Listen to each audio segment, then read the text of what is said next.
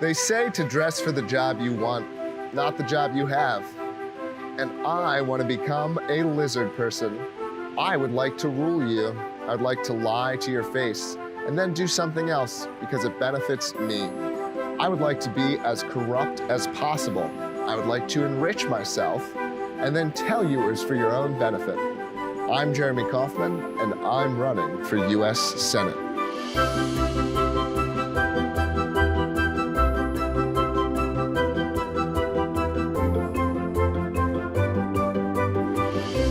I'm serious.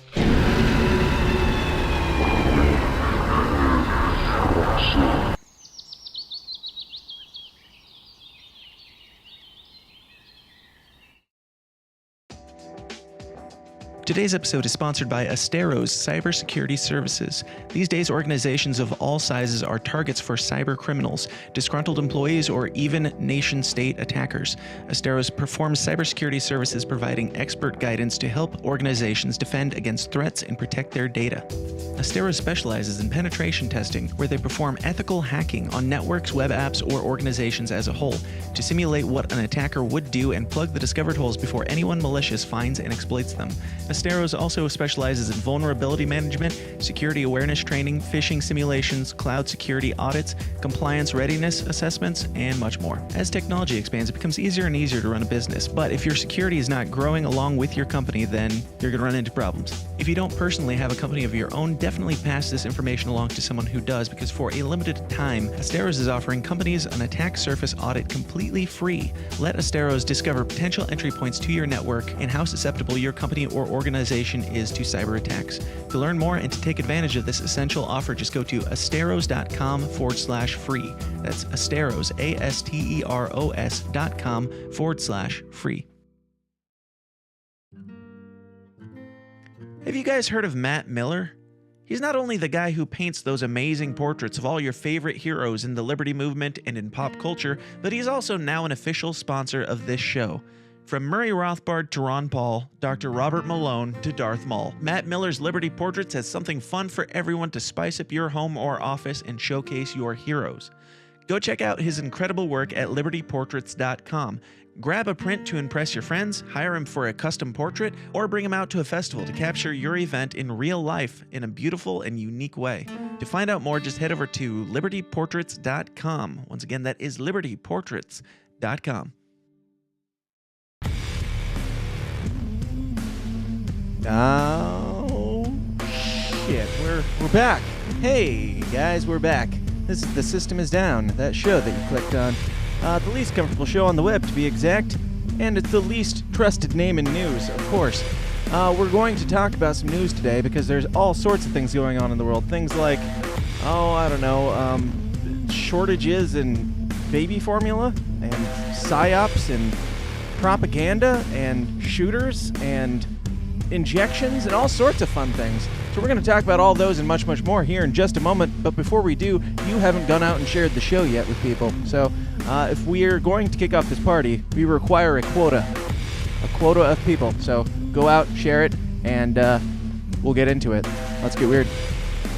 All I ask is, if we have to give these bastards our lives, we give them hell before we do! The tragedy of our day is the climate of fear in which we live. Talking about the Salomon Brothers building collapsing. But ask the congressman to withdraw that comment and tell us that he didn't really mean that.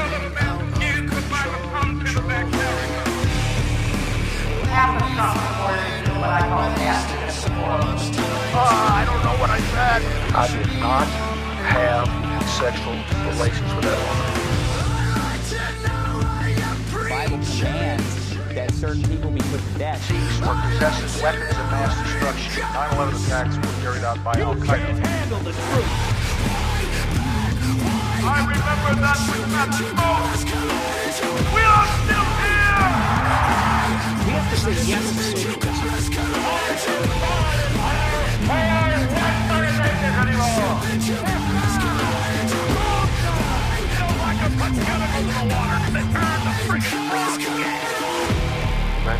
No, it's a big club, and you ain't in it.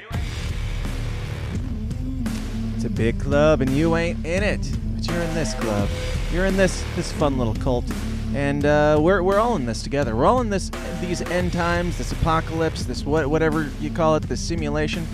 We're all in this together, and I've got a couple Caseys waiting in the wings to talk about it. But before we do that, I got to remind you guys about my very most favorite of all-time sponsor, and that is you guys in the Downers Club. People like James Jenneman, Perry Nord, John Douglas, Donald Villa, Leah Ann, Autumn, Tim, Tom, Tam, something, Alex, Magoo, David Algood, Victoria, Berger, Heffalum's Woozles, Level 0, Shannon, Carolina B, Ryan Mortensen, Mitchell something, Michael something, I think there's a Jack Casey in there somewhere, lots of people, yada yada, so on and so forth. If you want to get your name on that list and possibly have it read incorrectly, go on over to patreon.com/The System Is Down and sign up for the Downers Club, where you'll get more weird, more raw, more offensive, more weekly content, bonus episodes of the show every single week, including the after party that we will be doing immediately following today's episode with whichever Casey or whatever Casey's decide to stick around for that. But I'm not allowed to super chat, as you guys know. I'm not allowed to make money off this because the system hates me,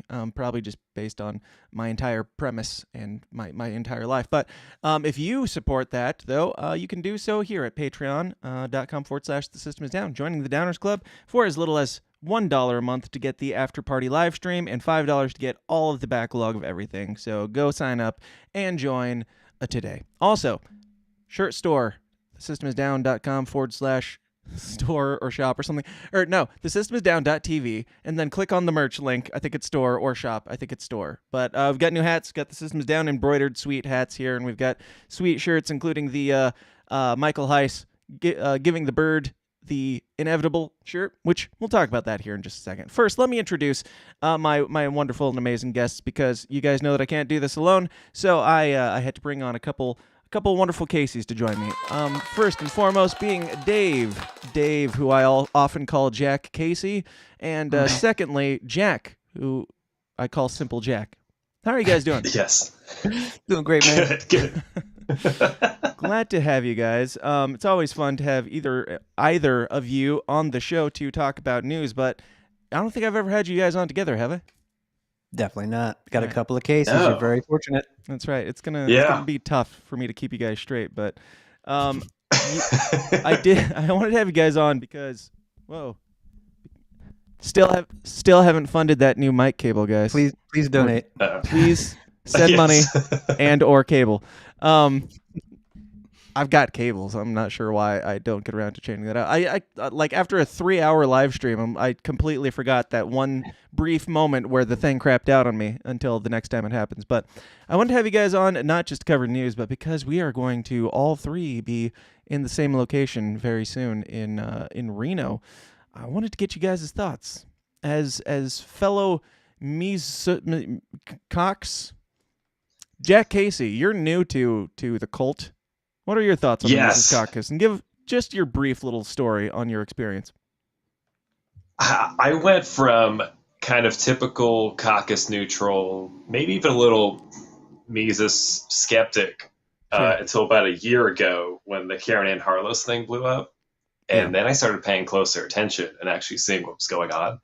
And this whole last year has just verified to me more and more what the fuck's going on, and how much for years, because I joined the LP in like 2016, how much their version of what they were selling I was kind of being indoctrinated into.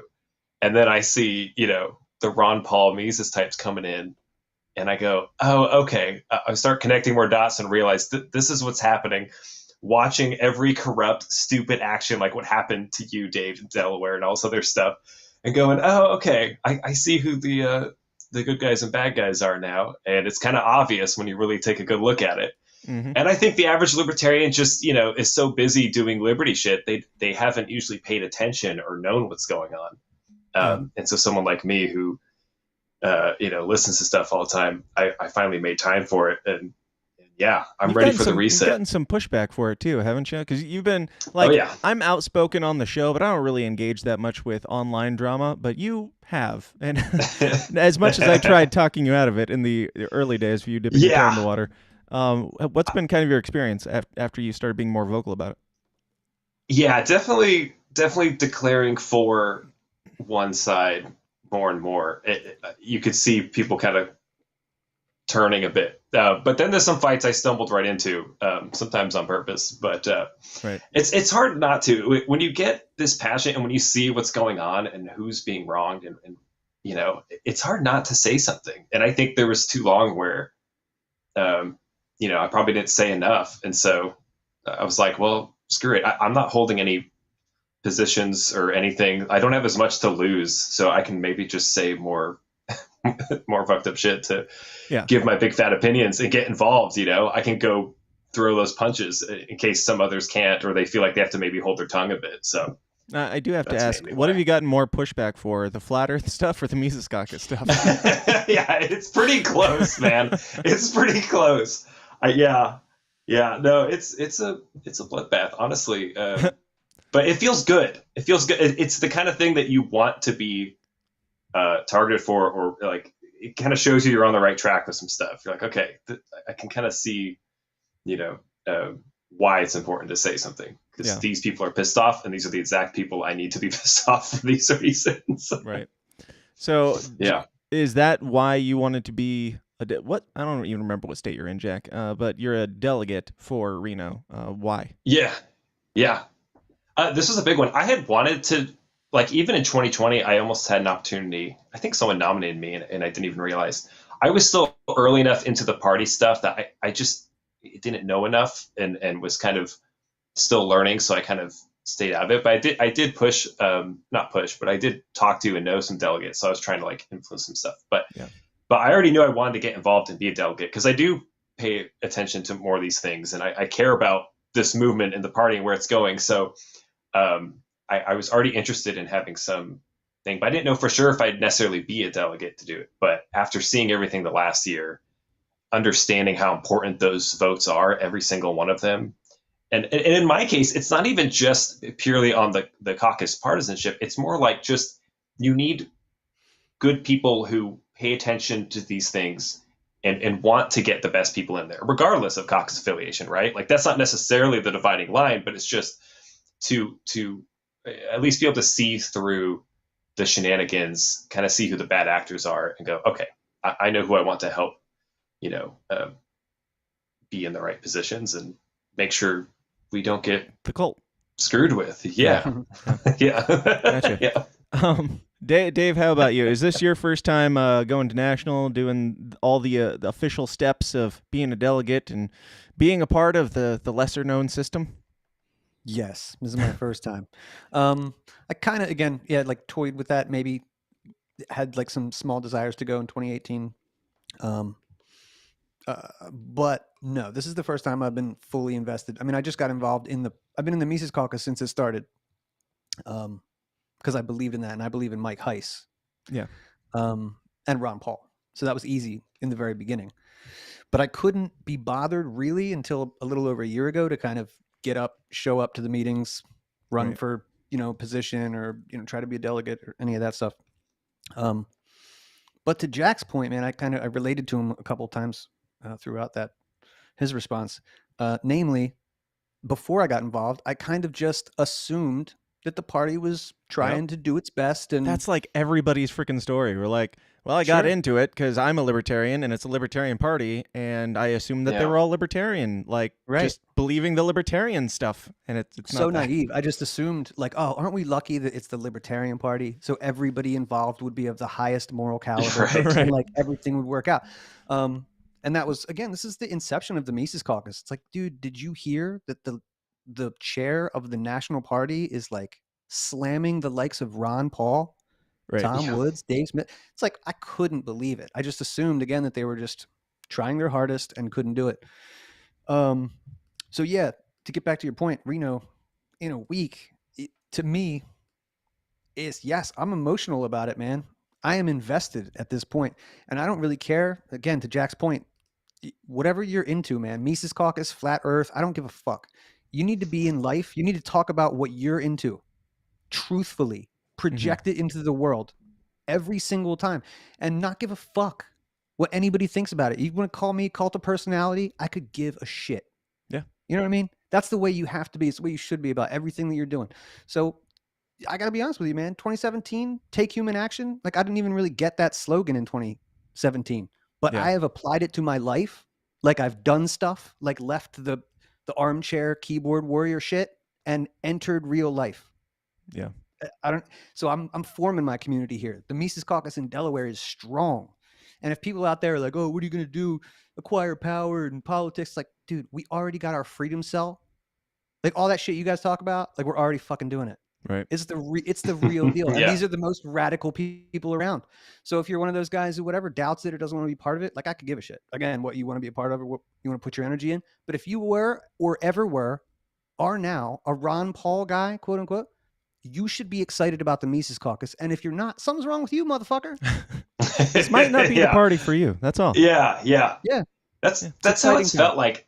It feels like I'm rediscovering the libertarians who I was hoping to be involved with and get to learn things from. You know, the more I talk to people in the Mises Caucus, like on Clubhouse and other places, and I saw these like hardworking people, not just like, you know, I kind of admit that like I haven't done nearly as much, you know, real work for the cause that I care about. I do a bunch of online stuff and all these other things that are kind of more on the sidelines, and seeing what they're doing is like, oh yeah, I want to actually show up and get involved. Like these guys are doing it. That's why I'm showing up in Reeeeno and trying to actually make this stuff happen. And I can recognize that like, oh yeah, I want these guys to win because they are showing up and doing the thing that this party should have and could have been doing.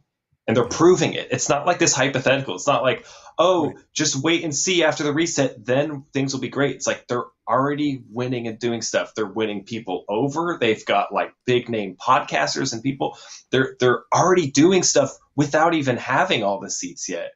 And so it's just cool to think that now you could take what they're already doing and proving and those resources and put them with the official party label and go, let's do this. And of course, I'm hoping 2 years straight of Dan Smotz ads straight out of the LP. I think that would be phenomenal. You don't have a choice as to whether or not you get my ads. You just have a choice whether or not they come out of the LP. That's the only thing they get to choose.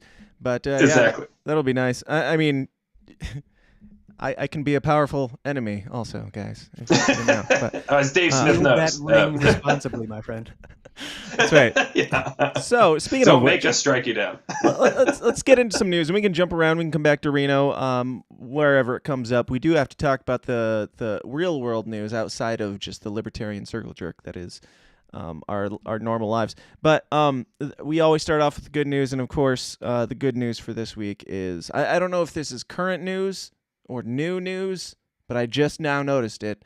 And it's good news, but got the old SAR block. You're really pretty proud. You're doing it. It's awesome. That's how you know you're doing good things. Dave, are you even blocked by SAR work? I mean, I'm sure you were at one point on one of 12 One of my older accounts was. No, this current one I got in. One of the first things I do when I start up a new Twitter account is block all the people that I think might report me. Yeah. So no, he's blocked amongst most of these guys are bad for my health. Right. You know what I mean? Because unlike you guys you can be cool and calm and choose your battles. Every time I see an asshole, I gotta fucking tell them that they're an asshole. So, you're like, hey, asshole, it's my lane. Yeah. Stay out of it. Yeah. Exactly. Yeah, no, that wasn't really the good news that I had pulled up, but you were talking about SAR work a minute ago. One of you were, and it reminded me of how glad I was to see that, because like I'm not the type that actually blocks people unless they're like threatening lawsuits or something serious or whatever. I'm just like, yeah, whatever, get out of here. Or if they're like legitimately wasting my time, but I don't care about blocking SAR work or whatever. I just don't interact with people most of the time.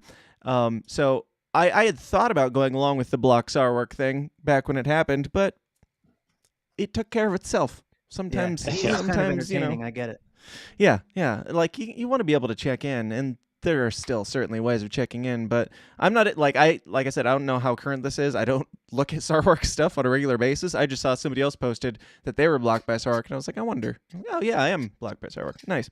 But who cares? Who cares about SAR work even more than the rest of this stuff? But the real good news of the week is that My Chemical Romance is back together.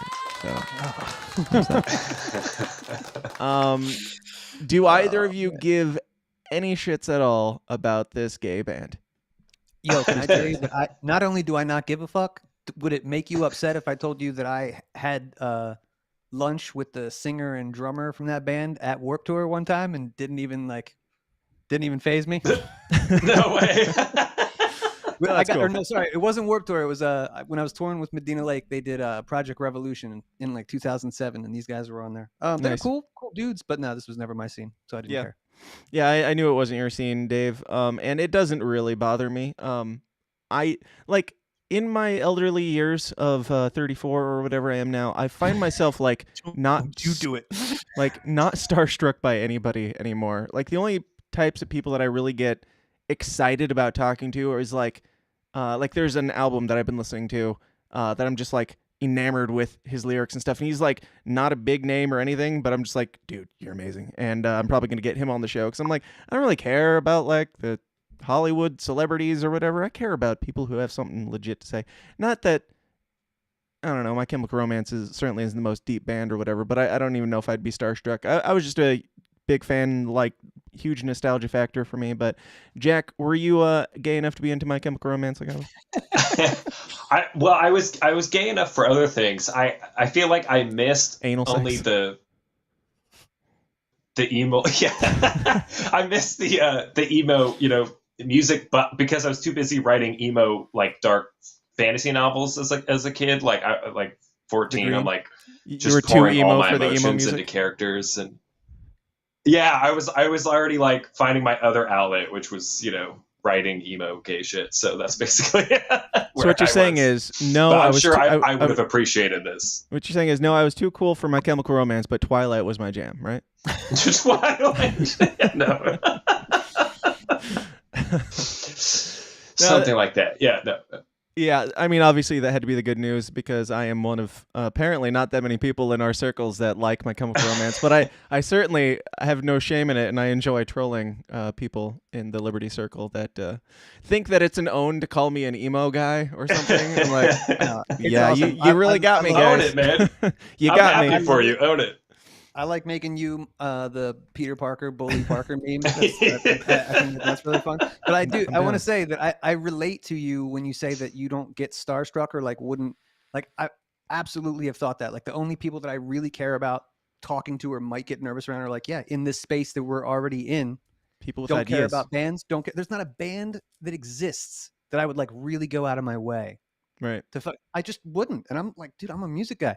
But I think that's pretty exciting, man, to be there. Dave Smith, I probably take more. I mean, of some his of the content wonders in taken than out of anybody life. else. What's that? I said I guess it's good, but it does take some of the wonder out of life when you realize that these are all just dudes, and I don't really care about Kill their your opinions. idols, bro. Yes. Do it. Yeah, it is cool nostalgia though. When there are times in your life, music can really like been there for you, done all these things, made you feel understood, and so it is cool when you can kind of I think it. I always feel like when I was trying to do creative stuff, I always wanted to write the things that made me feel the way music and other things can sometimes make you feel. And now for us, where we have these like higher ideals and philosophies and goals in the real world, it is cool when you can. Yeah, we're all big brain. That we can try and apply that. I don't know, that creative energy also into these other things we're doing now too. Yeah.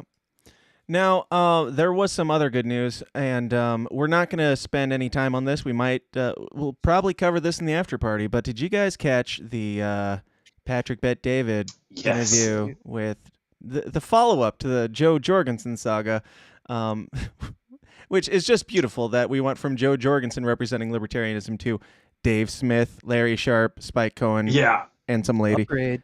Yeah. It's this was a godsend. Yes. Like I could not have asked for more perfect. Credit to the the podcast host for doing it. For even as we saw in the Jorgensen interview, his recognition that that we weren't sending our best and brightest, and his willingness to then go, okay, where are the real ones here that can explain this movie, and then to get those three names, those three people in the same place at the same time. Yeah, it was awesome. They did great. I was very proud to be represented by. Yeah, it was great. And like I said, we're going to talk about that in the after party, but I did just want to bring it up because that is some good news. And for the people, the general freeloading mooch listeners here in the main show, go check it out. At the very least, check out the episode because it is definitely worth a watch. But now the actual news, and this first one was going to be like, I thought about this. This to me is like the main story. This is not bearing the lead. I think this is the lead and should be the lead that we have in our back pocket for everything that we talk about from now into the future. But did you guys see this Ghosts in the Machine video? Yes. Yeah, Jack? No? I don't think so, no. So this is an advertisement for the U.S. military's Psyop division, and let's just watch together.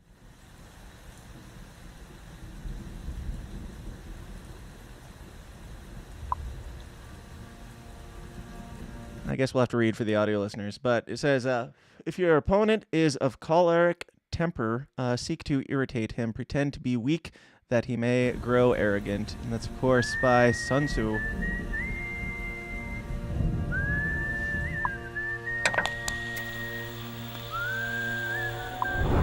As the world watches... You know, I'm not going to read it for the audio listeners. Go watch the video, because the real importance here is all of the everything together. Me stopping to read the text isn't going to do it justice, because the visuals are what concerns me probably more than the text. So go watch the video and quit being lazy piece of shit. All right. As the world watches and listens in horror, the peaceful pro-democracy demonstration in China comes to a violent and bloody end. Mr. Gorbachev, tear down this wall.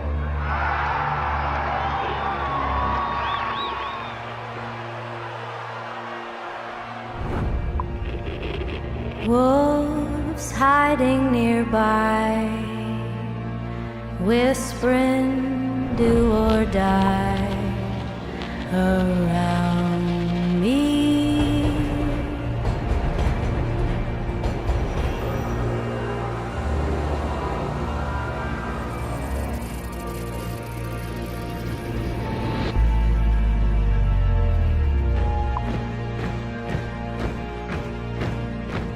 You say your last good night while I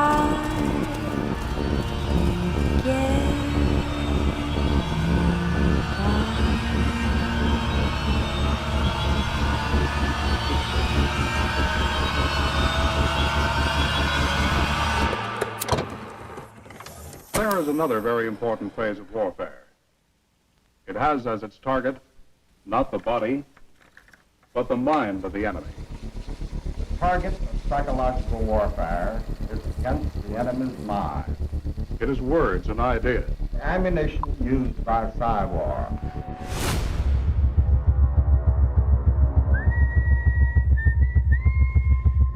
Its mission is to influence the thoughts of the enemy soldiers, and at the same time is expected and encouraged to study foreign languages and the social sciences such as history, economics, and sociology. He must have a broad and sympathetic understanding of all phases of human experience. Gripping at my skin, the walls of night closing. But the use of this force as an integral part of combat has now taken on new form. As I wait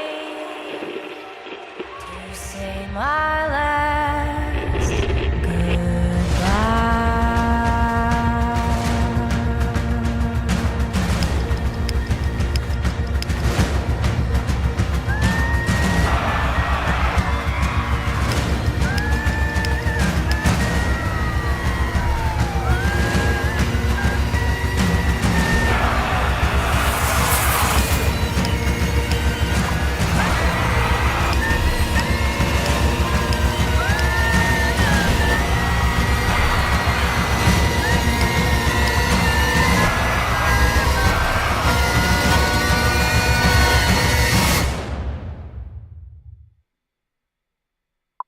These are the Psywar soldiers. So that exists in reality that we currently occupy, and we're supposed to just accept that as normal. How much were you paid for that ad?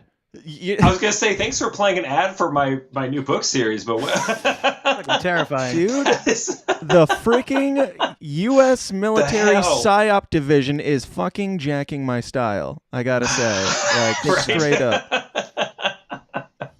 I'm not happy about it because it's effective. It is, but it's such a like almost open confession of like all their villainy. It's like it looks like the trailer for what the big bad guy is in the new series to fight. And they're like, join us. Dude, it's like Darth Vader like offering to Luke, like, join the dark side. You could be a ghost in the machine. Right. And somebody sent this to me. I'll have to look up and see what it is. Thank you, whoever it was, because this went under my radar completely. But even like the imagery that they use with like the TV and the chess pieces and they use the same fucking font that I use on stuff. It's very weird, but I wish they would have used some pink font in there. That would have been just too much. I like how they go to the who's pulling the strings and the whole world is a stage, and they've got, I don't know if it's supposed to be a conductor or what, but my first thought when I saw, especially the whole world is a stage one, let me see if I can find it. There's something about this that made me think of Klaus Schwab just standing there in his like creepy like emperor's robe thing that we have the picture of. All the world is a stage. I don't know. You guys talk, because I could talk about this for a long time. I want to get your thoughts first. It's dripping. I mean, the first thing that comes to mind is military grade propaganda. That's what it literally is, though. In like video game era, like they're trying to make this seem like this super cool video game hacker program, whatever, and you're going to be doing Call of Duty Psyop shit. Right, but that's definitely plays a role. Have you noticed, like, I've seen them in the past decade or so, like sponsored ads on Facebook that are like, help your government like infiltrate, and watch out for hackers and these things. They try and make it look like it's very romanticized. Right? Yeah. I mean, what else can they do? Say, you like fucking killing people? Because we kill people. Right. Come it's do like that the other army stuff. Do it with a PlayStation remote. Yeah. It's super easy. Yeah. Yeah, there was one ad that we talked, or something that we talked, I don't think it was an ad, but like an article or something that we talked about a couple weeks ago on here that was like, she kills people from like 7,300 miles away with drones. Like, they were bragging about it. It's like, oh, that's horrifying and crazy dehumanizing, but that's basically your war is gay ad, but just in the open. But like non-ironically. Yeah. It is, it makes me think maybe it's a weird sign that I think we've each at some point talked about this before, but almost like they have a disclosure plan or like when they realize that some conspiracy or something about what they're up to is exposed, they have a way to spin the admission of that information to try and make themselves look cool or like the good guys. And it's almost like maybe because the word psyop and people like us, paranoid people like us, talking about the shit online and how we're now so good at ratioing, these news articles and understanding when they're trying to trick us. It's almost like they're trying to spin that into an admission like, yeah, it's true, we do psyops, but isn't it really cool? And don't you want to help us go fight the bad guys? It's like it's like they're admitting it, but also trying to still salvage it as like a win for them, even though they also act like apparently the psychological operations division of the military has been a thing for a while, since like the 70s, but we didn't really know about it. And it's partially, I believe, for the reason that you're pointing out, because if you look up psychological operations in the United States, it has like the history of it. It went from between 2010 and 2014, Psyop was renamed Military Information Support System, then briefly renamed Psyop in August 2014, only to return to MISO shortly thereafter in 2015. The term was again renamed back to Psyop in 2017. So it's like just the name of the organization is a psyop. They're they're trying to keep you from like during any of these time periods. If you brought up, oh, you remember psyop, they were probably like, oh, that's just some crazy conspiracy bullshit. That's the military information support operations, right? Also known as MK Ultra without acid. Like, this is just the brainwashing division of the military. Yeah, I think when the empire gets too big, and when the internet comes along, like, it's always been the empire. But at some point, I think they have to wear their empirical ambitions on their sleeve and make it cool. And that's what I think you're right. Right. Yeah, it's like once you get over that hump of this is no longer deniable, now it's like, oh, this has been going on for a while, and guys, you were always cool with this, right? And now it's really cool. Like, now this is awesome. Like, it's this instant spin from it doesn't exist to it does exist, and isn't it awesome? And you've always known about this your entire life. Like, it's like UFOs. Their launch is like right? brainwashing. It's like once they know they can't keep it quiet, they try to spin it into a pro agenda, pro, New World Order, whatever, the thing is. Yeah. Yeah. I also think it's funny, and there's a video on YouTube, I don't remember who it's by, but it's two Green Beret guys. They're not like conspiracy guys or whatever, they're just military guys, but they're breaking it down and pointing out, like, at the very least, first they point out, which they're right to do so, this is a dope-ass video. It's like super legit, and I love it. If I wasn't horrified, I'd love it. It's the best horror movie I've ever seen. But right. But they're like they're showing like these SWAT teams going in and shit, and they're like at the very least, like, you're not doing that. Like, you're not going in with guns to raid places. They're like, it's complete propaganda. Like, this video is a psyop in and of itself, trying to convince you that their psyop division is going to be Call of Duty video game shit, and it's really more just hacker shit and propaganda bullshit. But just lying professionally. Yeah. So which be a professional liar and trick people, except it cost them their lives and freedoms. Yeah, great. Okay. Right. And I mean, you got to expect that they're lying when they are the lying arm of the military. Like, that their job is to convince you of false truths. But I wanted to go through a couple of these I always texts. wondered that why, like, especially with an ad like this, if you're ever, and I used to be one of these when I was younger and I was like a neocon, I remember like daydreaming about trying to be some like, some top, whatever kind of thing. Yeah. But the more you think about it, it's like, but if this is an openly deceptive organization that will murder people to tie up loose ends, how could you ever trust the organization you work for? How don't you know that you're not going to be silenced or killed at the right time because of what you know? I mean, it's like, it's a trap. Everything about it is a trap. And I imagine that it's like a gang or mafia. Yeah. It's like, why would you ever, do that? And if you're already in that, God, I hope there's people who realize it was a mistake and would, passively, quietly try to, like, I don't know, subvert them or something. So I like this. We've got a guy sitting, like, this is after all the creepy stuff goes away for a minute, and then we see this guy in front of like a camcorder or like an old projector screen getting brainwashed. Like, this looks like a shot out of Clockwork Orange, straight up. And then we go into anything we touch is a weapon. That's very nice, comforting. We can deceive, and it's got a floating body briefly. I'm not sure if it was alive or dead. We can deceive, and showing military stuff. We can persuade, showing I don't know, African folks. We can, which it's weird that they're showing different cultures. Like African, now they've got these Muslim girls, and we can persuade. What are you persuading them? What are you talking about? Like, this is very unclear, ominous at the very least. We can change, and it had, I don't know if you caught that. There's guys, like the happiest riot ever. Yeah, well, they're calling for a revolution. This dude's got fucking vampire fangs. Oh shit!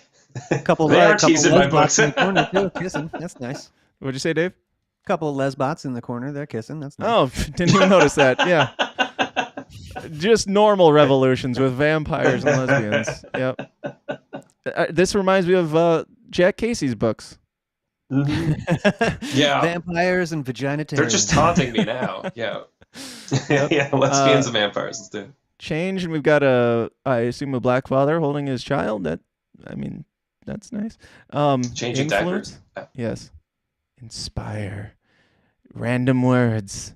We can do all these things. Then we got like creepy The Purge folks walking out of the woods in masks, and it says we come in many forms. We've got frickin' Joaquin Phoenix's Joker sitting in front of a mirror, painting his face like a clown. Like, what is the message that you're trying to convey here? Like, creepy, ominous art piece film. Join the military. It's very strange. I think that to a generation that gets brought up wanting to be influencers and It makes me want to celebrities. join. Don't get me wrong. Right. I mean, It works. Yeah. We'll I am infiltrate going them to be together, part the of three of us. Yeah. Yeah. Sure. I mean, it looks cool. They know it looks cool. This is, I mean, it's got CIA written all over it. This is what the CIA does. Oh, yeah. Yeah. Right. Yeah. This is, yeah. The Mises Caucus takeover of the Psyop division of the U.S. military. Well, no joke though. I mean, another part of my my dedication to go show up to this thing, I often wonder, if this stuff has been going on even in our circles or in the party, and the reactions to the takeover and these things make me think of all the same tactics or strategies we see in the news and the people doing all that shit. So hey, don't get too crazy, Jack. This isn't like some crazy conspiracy theory podcast or anything. This ain't that show. We are the Nick counter Sarwark- psyop to the. when Nick Sarwark booked Edward Snowden, I was like, Snowden's a Fed. Yes. Guaranteed. Yeah. I had the same thought. Holy shit. Well, I've heard was arguments like, toward I that. was like, Anyway, Yeah. I don't necessarily trust I was Snowden on the to begin fence with. anyway, and that kind of tipped me over. But then he had his number to call, like, oh, I can swing this. Yeah, dude, I had all the same. Remember that Chappelle joke when he was talking about Michael Jackson and the government was in all kinds of trouble and they called Michael Jackson. It was like, well, sorry, Mike, there's no way to say this, but we're gonna need you to touch another kid, Mike. We've got like that. Nick Sarwark calls the NSA. I'm sorry, guys. I know they're on to me. I need to send the big guns. Yeah. Send in the big guns. Now back to this video. It starts out with have you ever wondered who's pulling the strings? And then it like the whole thing is just we are everywhere. We are controlling everything. Like, and then it's got it could be a lot of Matrix references in there too. Like there's the subway and a lot of weird shit symbolism and stuff like that. I mean, it's bizarre that this exists, and we're supposed to just take it with a grain of we're just supposed to take it as normal advertising. Like so let's say even if you knew that there was this Psyop division that was doing these things regularly, when was the last time you saw a Psyop ad? Like, why is this coming out right now? And I wanted to say, like, I know that we could talk about this a lot, but I wanted to get it out there first because it kind of influences the way that I think about some of the other things that we're going to talk about. So keep in mind, there is a branch of the military that is brainwashing. Like, their entire job is to control everything. Their words. It's to control everything, to pull the strings, and to convince you what to think and how to think. Their words, not mine, and they're bragging about it now.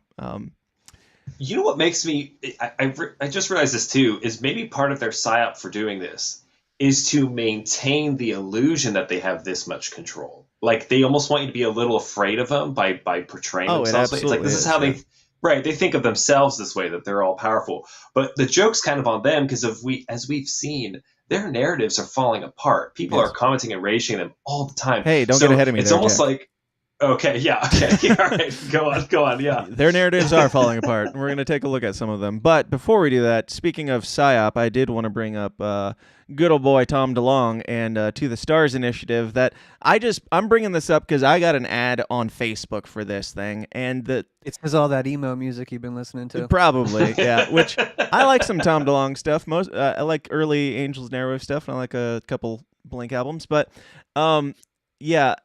This came up on Facebook, and it says, To the Stars has created a new entertainment category that blurs the line between fact and fiction, which is a very long way of saying a psyop, like disinformation, like blurs the line between fact and fiction is not like something that you should be bragging about. That's saying we're lying to you and you can't trust us, now trust us. And Tom DeLong is apparently like you can dig into hold up. You can dig into the emails. What's that? He's in the WikiLeaks. Oh, is he? Yep. I'm not surprised. Oh shit. He's all about bringing unexplained phenomena to Hollywood production. Like that's a new thing.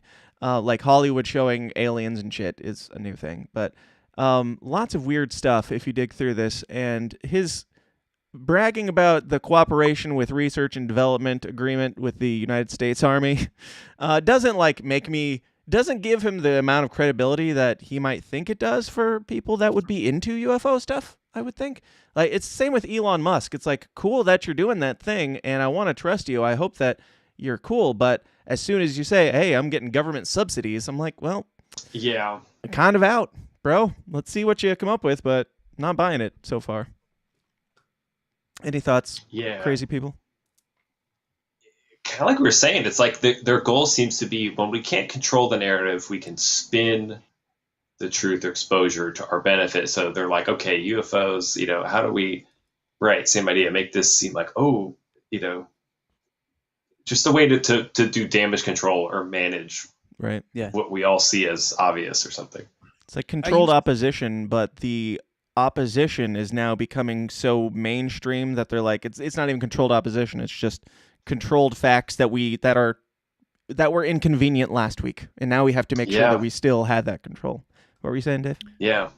I used to think that the term influencer was something that like came out in the past, decade or two, but it's not. Like every celebrity to some degree or newsman or whatever is an influencer.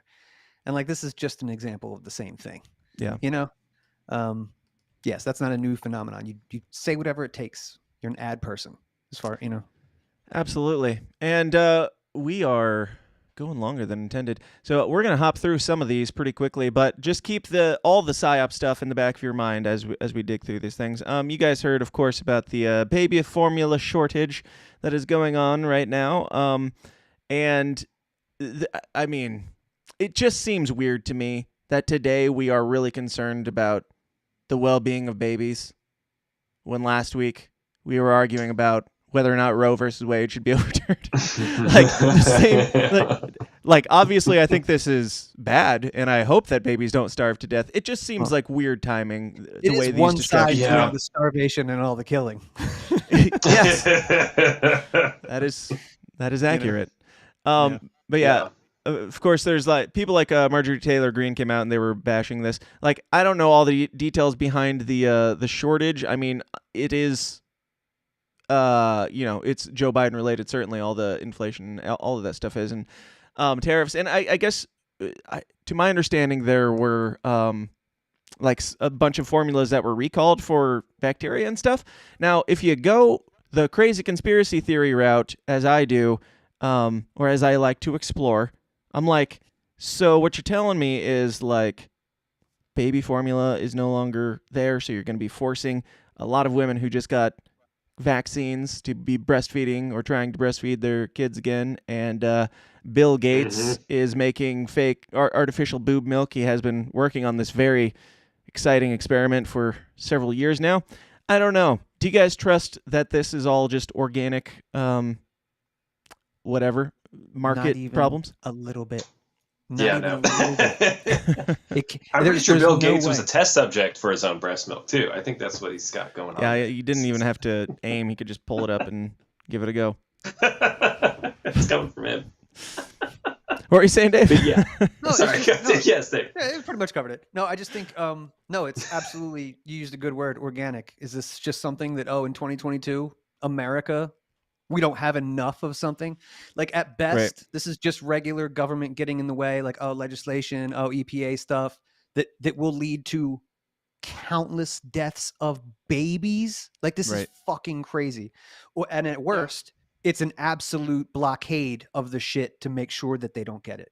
Yeah. Anywhere in between that, though, again, I'm not that conspiracy theorist who needs to know exactly, because I can go, this whole window fucking sucks. Yeah. And it's all bullshit. Yeah. Awful. Yeah. Yeah, absolutely. And I mean, it's crazy that we are going through this, that we're having anything that the United States isn't able to get its hand on, of all things like baby formula. I don't know what the process is for making baby formula, but it doesn't seem like it's... bro. You got to get warp speed baby formula. Well, yeah, that's the other thing, which Marjorie Taylor Greene points out in her rant that I'm not going to play because whatever. But she's absolutely right. Like, we're sending like 40 billion or whatever to Ukraine, and we can warp speed a vaccine that doesn't work, and we can warp speed all these other things. But, when it comes to feeding children, it's just, it's tricky. It's tricky, you guys. We don't have any possible solutions as the government. I'm enraged. I can tell. Smoke some weed. All right. So, we do have to talk about our favorite good old boy, which is, hold on, let me find it. if we talk about him, we have to play the stinger. And it's that time where we talk about him, the creepiest man in probably the entire world ever since Epstein killed himself. It's The world today has 6.8 billion people. Now, if we do a really great job, we could lower that by perhaps 10 or 15%. Gates Watch.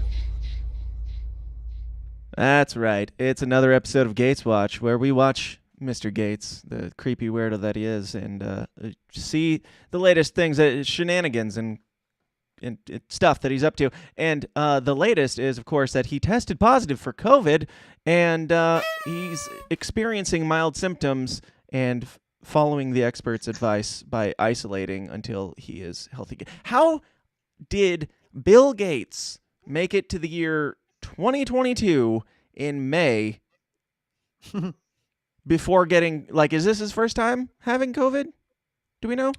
I think that's the first time I've heard of it. Yeah, But I think it is. There's only a couple options. So either he didn't vax himself enough, he didn't wear his mask enough, right? Or you didn't wear your mask enough, right? One the or only all possibilities. Of those things. Or the fourth and final option is that no matter how much you do all those things, you're going to get COVID. Those are, I think that's the only. Whoa, hey, settle down. Settle down. No, how much you want to bet that anyone who ever, especially Bill Gates, clearly, but even just the average person who ever was like, I tested positive, I'm saying, how much you want to bet they were all just fucking lying? They were all just trying to get the attention, get the sympathy, perpetuate the I'm not even talking like the people with the agenda, but just the normies who are like, oh, I have this thing, it's like they probably never even were sick. Like, why not? I'm sure it was just to perpetuate the idea that if only these I don't know. anti-maskers. I don't know if I go there because that kind of flies in the face of his entire premise, as it keeps doing. With all these people who were all about, he goes on to say, I'm fortunate to be vaccinated and boosted and have access to testing and great medical care. It's like, then how did you fucking get COVID? Because that was the solution. That was the cure, man. And if anybody's got it, it should be the guy who's selling it. So what's the deal? I'm putting my tinfoil hat on because my governor, Carney in Delaware, just got COVID-19 and he's going to be, quarantining himself. Whoever one of the Biden daughters, supposedly, who was supposed to travel with Jill to go do some stuff, just got it. So there's all these high profile names seemingly getting COVID, but I don't know anybody in real life that has COVID right now. No, it's crazy to think of somebody get it. It feels like we're so far past this because in real life with the normie plebs who are just living life, it seems like it's been over for a good while. Yeah. But not for this guy. So much so that he goes on. This is let's just watch this. This is Bill Gates on CNN. Only been so you had had two vaccinations and then 2 booster You got shots. this. Is that right? That's right. And for people over 50 or 60, they'll probably have to be boosted every 6 months until we get even better vaccines. So I've been trying to figure this out for myself. Every 6 months. I assume you know the answer to this, so I'll just ask you.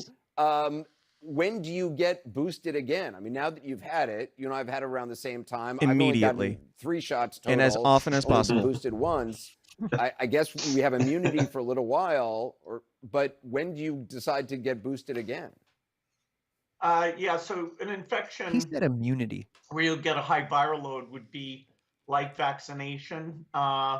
But to be safe, every 6 months, you're probably going to be like vaccinated. A dentist appointment. As we get more data, they might even make that shorter for people who are shorter. Say 60 or over 70. More often than a fucking teeth cleaning, duration guys. Seems to be a bit lower. So we're in for ongoing vaccination to stay absolutely safe. Stay absolutely safe from the guy who currently has COVID. Can we not put the pieces together here? You've gotten it, according to you, every 6 months, I would assume, unless you're full of shit. So you've gotten it every 6 months, and you currently have COVID. But if we keep taking it, maybe every 3 months, then it'll start working. Now that COVID's gone, we'll stop getting COVID because the vaccine starts working all of a sudden. Bro, I bet you he's never been vaccinated. I really don't care. You might be right, but I frankly don't give a shit because I don't know. Like Jack, you were saying these guys probably never had COVID, or they probably never had the shot, or whatever. I think them saying I had the shot, like even if that's a lie, them saying I had the shot and saying I had COVID, if either one of those things are lies, it kind of makes them look like idiots. But we still go along with it, and we're like, well, what should we do to prevent COVID? Well, you should get the shot. Yeah, it's true. Because even if you were to take what they were saying as true, like that the COVID stuff was real and the vaccine stuff was, like it's not effective clearly. So even on their own logic, it's like, this makes no sense. But from, of course, my perspective, I'm like, this is all fake. These are poisoned apples. Of course, you didn't take the poisoned apple. You're trying to give it to the plebs. So, I think, I'm already there with that. But it's true. Even by their own rules of their game, it's illogical and stupid. And the last 2 years have shocked me at how gay. Like at this point, it's super dumb, super gay. Yeah, I still see people wearing masks outside. I still see people just into this thing. Now it's less and less, thankfully. It's like noticeably less. Once the mandates went away in certain areas, like, it's at least 50-50 where I am. Like really? Here in like Corntown, Illinois, it's just like it was pretty like low to begin with. Like there aren't as many crazy people. There are people who went with the flow and just did it, but there wasn't like a whole lot of like screaming in people's faces for not wearing masks and that type of thing. But as soon as it went away, and we were just like, nah, we're good. I gotta move then, I think, because where I'm at, it's still like, I want to say it's maybe 60-40 or like 70-30. Like most people around where I'm at are not wearing them or doing it, but there's still too many that I see. I'm like, what are you doing, man? It's not even required. Well, no one's making you do this. If we go the Bill Gates route and everybody gets vaccinated, I'm not sure why I put that emphasis on that syllable, but if we go the Bill Gates route and everybody gets vaccinated, we could decrease the population by like a few percentages at least, and then we don't have to worry about that anymore. Yeah. Nobody will ever even notice the culling. They'll never even notice it. That's right. That's the truth. Yeah. They won't. That's what's so sinister, and it's the most loyal. That's the creepiest part of this, because like obviously I've been worried about what they're going to do with us rebels who are stubborn and saying no to this stuff, but really we'll be fine. I mean, unless they're straight up sending us, into the camps. It's like we're actually the ones who are going to probably be okay from this. It's the most loyal, obedient slaves who are, it's like you've got your, the master of the plantation, and some of the slaves think they're going to cozy up and be treated better. Jack. Well, now, all right. We don't need just it. to gonna make a Holocaust reference next, Jack. Jeez, I mean, there are concentration camps and they are forcing medical procedures on people, but it's not related at all. Now, speaking of completely retarded, and this topic that we're talking about, the FDA just authorized Pfizer booster shots for children ages 5 to 11 in an emergency act. Emergency act right now. If you're listening to this in the future, this is May 18th, 2022, like months after the mandates and all that stuff have been lifted and nobody is even paying attention to this thing anymore. The FDA is like, dude, we got to get these boosters ready for kids. Just cuz. And the reason, of course, let me read this a little bit. The Food and Drug Administration has approved a booster dose of Pfizer and BioNTech's COVID-19 vaccine for children ages 5 to 11. Drug maker Pfizer provided company data last month indicating a third dose of the vaccine raised antibodies that battle the Omicron variant, which we all know was the most deadly variant, by 36-fold in that demographic. So more kids are getting Omicron and allegedly being hospitalized. I don't even know one person that... I think I know somebody who was hospitalized with Omicron, technically, but I don't know, outside of that, I don't know of a single person who's even, like, had Omicron to the an extent that they really made an issue out of it. Like, those that did, it was like, I don't know, like 6 months to a year ago. It's been forever since I've even heard somebody talk about Omicron. I thought we were at least 3 strains down by now. Yeah, I think you're right. The fact they're going after kids. Oh, go ahead. Yeah. No, I'm sorry. We got a little delay. This is what apparently looks like a, going out of business sale. Get it while you can. Get it for your 5-year-old. Exactly. You won't Exactly. be able to next year. Which is Everyone must go. Every life is sacred enough to be taken. Oh, Yeah. And Yeah. this says, while it has largely been the case that COVID-19 tends to be less severe in children than adults, the Omicron wave has seen more kids getting sick with the disease and being hospitalized. Now, does that mean more kids than before, or just an added amount of kids getting it? Like, is it more than the last variant, or is it just there's some more kids that got sick? Because the way they word it is, of course, as always, ambiguous. Yep. It's so sinister how they can, and a lot of us saw this early on, is that they would mask the effects of the apple a day, let's call it, Yeah. by blaming it on the spooky mystery illness, and that every time things got worse as people take these things, they're still passing the blame on, oh, it's the new variant, it's this, and to,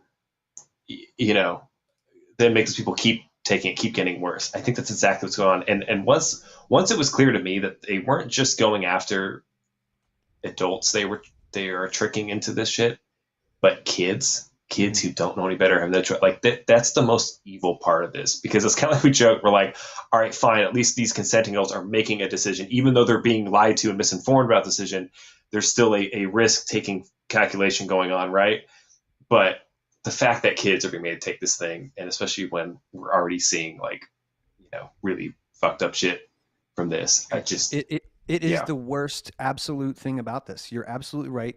And I think it's like the kids have already suffered the most, even without the vaccine. Like they're the ones whose brains are still not developed, and they're being forced to wear the masks longer than most people at jobs, even.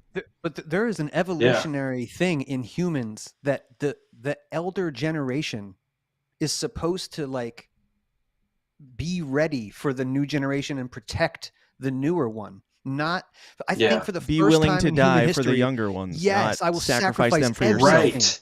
Instead of this perversion, the inversion, what's happening, which I would use the word satanic, right? Like it's so evil. Throw abortion in too. And unprecedented, through the technocracy, right?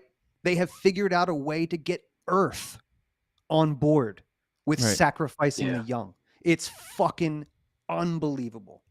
Yeah. Amen. Yeah. It's the offer your babies to Moloch and all that stuff. It's like, throw them into the fire. You'll make some satanic deal. You'll have a better life if you just get rid of your kids, which is, I'm sure, where a lot of the abortion stuff comes from. We always like to talk about all the extreme cases where it's one thing, but as we've seen, for a lot of people, it is just, I want an easier, more convenient life, and I will sacrifice children to make sure that happens. And it's like, it's the worst inversion of human morality. Like you said, the older parents should lay down their life for the children, not the other way around. The boomers are really to blame here, by and large. They've had the fear of God put in them. They're scared of death. This is really scary for them. So I kind of understand that's right. You guys are both Christians. Like you spend a lot of time preparing for death, right? And I don't mean that as a, you should. I'm ready. Yeah. You've wrestled with it. I'm down. Yeah. Let's do this thing. Yeah, absolutely. And I think that if you are godless and you are at the end stages of your life, and the lords on the television and Lord Dr. Fauci comes and decrees that, you need to hide in your house and hide from children, and teachers unions need to be protecting teachers from kids. Like it is absolute evil.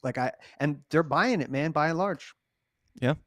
I like your connection there. I know you're right. I think there's a spiritual thing going on where you're right. There's people who the version of reality they've been sold, it's like, this is all they have. This is all they ever get. And so no wonder they're so, like you said, so afraid of death that they will sacrifice anything to avoid it. Whereas those of us who have contemplated deeper spiritual things and really wrestle with that, some part of us, and maybe that's why, even our libertarian stuff is like a gateway drug to that, because it's like people who understand that there are certain principles or values or like ethics that have a higher power over death. And that's kind of the whole theme. It's like, there's something more important going on here. And maybe that's why too, I'm more open now about my conspiracy stuff, even relating to flat earth and things, because once you get into all the, creator stuff or this idea that, look, this is a special place and there's more going on, suddenly the thought of, oh no, the authoritarians might kill me isn't as scary, because you're like, you're not the big bad. There's something bigger than you going on here, you know? So, but that's a whole other conversation. Yeah, that could be an entire podcast episode of its own, all the deep and spiritual gay shit. Yeah. But speaking of gay shit, here's a word from our next sponsor. Today's show is sponsored by libertarian conspiratorial fantasy author Jack Casey. Whether you're looking for a 3-book fantasy sci-fi epic of love, death, and dystopian civil war like the Royal Green series, or just looking for a quick, dark, comedic cultural commentary tale about a transsexual slayer of COVID regime vampires, like his latest book, WVW, Jack Casey Books will keep you adequately entertained and pondering the universe to your weird little heart's content. He's the Ayn Rand meets Stephanie Meyer meets somebody who actually writes entertaining books with his own unique little downer-esque flair. Find out more about Jack Casey Books at the aptly named jackcaseybooks.com. Once again, that is jackcaseybooks.com. So anyway, a white supremacist shot some black people in a supermarket. Smooth transition there. Did you guys hear about this thing? Yes, heard about it. Now, lots of people are making lots of noise about this. I don't want to spend a ton of time on it. I do think it's obviously important to talk about, but there's not a ton of information other than dude like live streamed himself like going in and shooting up this place and shot a bunch, or I don't know, like 17 or so people. That's literally how much I know about it. But the media is, of course, reporting it. Since he was a white supremacist, Fox News is directly responsible because they are a white supremacist organization. That is the level of connection there, I'm pretty sure. Even though this guy in his manifesto, to my understanding, bashed on Fox News quite a bit, but it doesn't matter. It doesn't matter what facts are. It doesn't matter like what people actually said or wrote down. All that matters is your own narrative. But how much do you guys know about this before we get into it? Just a little bit. Yeah, not too much, other than my assumption that it's obviously, one of the Psyops from the Psyop department. Yeah, probably. Yeah. Go on. Yeah, I don't like to when it comes to like the Psyop stuff and even the conspiracy theory stuff, I don't want to be the guy that like immediately jumps to, oh, it's a conspiracy or whatever. But keeping in mind that people, let's be honest though, is it usually it's my default when I see something like this where the response comes out very quickly with an agenda very quickly. It's like, oh, I've seen this 35 times. Yes, I assume that it is in my head. I'm just not quick to like jump out there and say, well, obviously this is a Psyop, because people are dying, and I do think it is and to handle certain things. Oh yeah. It could be a real event, but with the psyopers pushing it to happen, or spinning it the way they, whatever the case may be. Yeah, you hear the kid was on drugs, right? He was on SSRI type drugs. He was schizophrenic. I read. Mm-hmm. Yep. So these are all stats that usually pop up. Right. In these things. Of course. He was on the FBI watch list. I heard. Yep. They already knew that he was a schizophrenic. Yep. Typical. Are we all on a watch list though? Now, I do, I have another article here. Before we get into this one in particular, I did want to, this is a bit of a flashback to an article, and this is from the Free Thought Project, so some of you will just say, oh, it's a conspiracy theory, whatever, but there's a bunch of different sources. I just liked this one. But they had this from back in 2017, Busted, Parents Catch FBI in Plot to Force Mentally Ill Son to be a Right-Wing Terrorist. Now... Dan, the chat is under attack by Russian cyber bots. Oh dear, sex bots. You guys, that's not me. I swear. Don't. How do you ban somebody on this? All right. I don't usually ban people. Oh, I hear the. Good lord, now. Yeah. Good lord, my man. Get your shit together. I think that's that CD sock account. But this is this is from a couple years ago. It's just a family that's talking about how their mentally ill son was basically groomed into being a right-wing terrorist, according to them. But I'm not saying that that's what happened here, but these things do happen. We do have psyops, we do have false flags, we do have we have a psyop division that says that they control everything. It's like people blaming God for baby murders and stuff like that. It's like, oh, if you control that makes sense to have that argument, and there's a conversation to be had there. But when your government is telling you literally they control everything, that they pull the strings, and this type of shit is happening, at some point you got to be like, are you controlling everything, though? I think, okay, so this is on you at some point.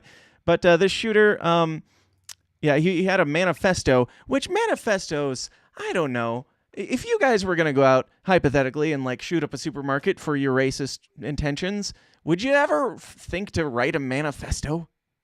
Only if my handler told me to do that. Right. Then I would. You never hear of anybody writing a manifesto until it's too late. But so the way the media is spinning this, of course, is we need to ban AR-15s. It's Fox News' fault. This guy was a right-wing Republican, whatever. He may have been. I don't know, like, what his political leanings are. I'm not saying he wasn't. But, of course, that's the first thing that they focus on. And, of course, you know, rightly so, a lot of people are saying, you know, what about the Waukesha massacre that you guys completely swept under the rug, where a dude talked about hating white people a bunch and then ran over a bunch of them in a Christmas parade, and then you guys didn't feel like mentioning, you know, his name or his skin color all that much, or, you know, his BLM proclivities. But this one, of course, they'll immediately jump to. It's Fox News' fault. He was in a Fox News cult, so obviously Fox News needs to be shut down. The Killer's Manifesto attacks Fox News, but feel free to continue exploiting. This was from Comfortably Smug, which is a great Twitter handle, I must say. Yeah, more blood on the hands of Tucker Carlson and Fox News. These are like blue check marks. Like, I know people like Tim Pool talk about the Civil War stuff all the time. When it gets to things like, hey, a shooting happened and it's Fox News' fault just because, like, no real connection, no real tie there. It just is because we said so, because you guys are Republicans and Republicans are evil. Do you think this is, you know, signs of a cold Civil War getting hot? Dude, yeah, absolutely. And not only that, Donnie Deutsch was one of those guys on MSNBC, and he was talking to one of their lead people. And like, he was talking about this like it hasn't already been the strategy. And I think it at least has for quite a few years, where, like, let's say, I don't know what the percentage is. Let's say 5% of Republicans are really racist, right? Like, this guy was like, well, we need to paint the whole party on that 5% or whatever. Yeah. Like, let's make sure that that's the only thing that we talk about when it has to do with Republicans. So yeah, I mean, dudes, think about where we're at. Like, he said, you think you're on a watch list? Of course. Yeah. Like, if most Republicans are going to get put on that list. Right. You know what I mean? Just show up at January 6th. If you were a guest, if you were one of those million people, you could be on a, you know, I don't know. Yeah, it's wild. Right. Travi-X or Travix, I don't know. It's like cervix, but Travis's cervix, says his little book said he was a commie and hated Ben Shapiro. Dude's not a conservative. Yes, I know that, and we're getting to that. Chill out. It says that, but also it's possible that that was written sometime that wasn't yesterday. It might have been written a long time ago. I don't know. That's all I'm saying is I don't know, because we do have here. He had down, when I was 12, I was deep into communist ideology. So even that, I was when I was 12. He's not 12 now.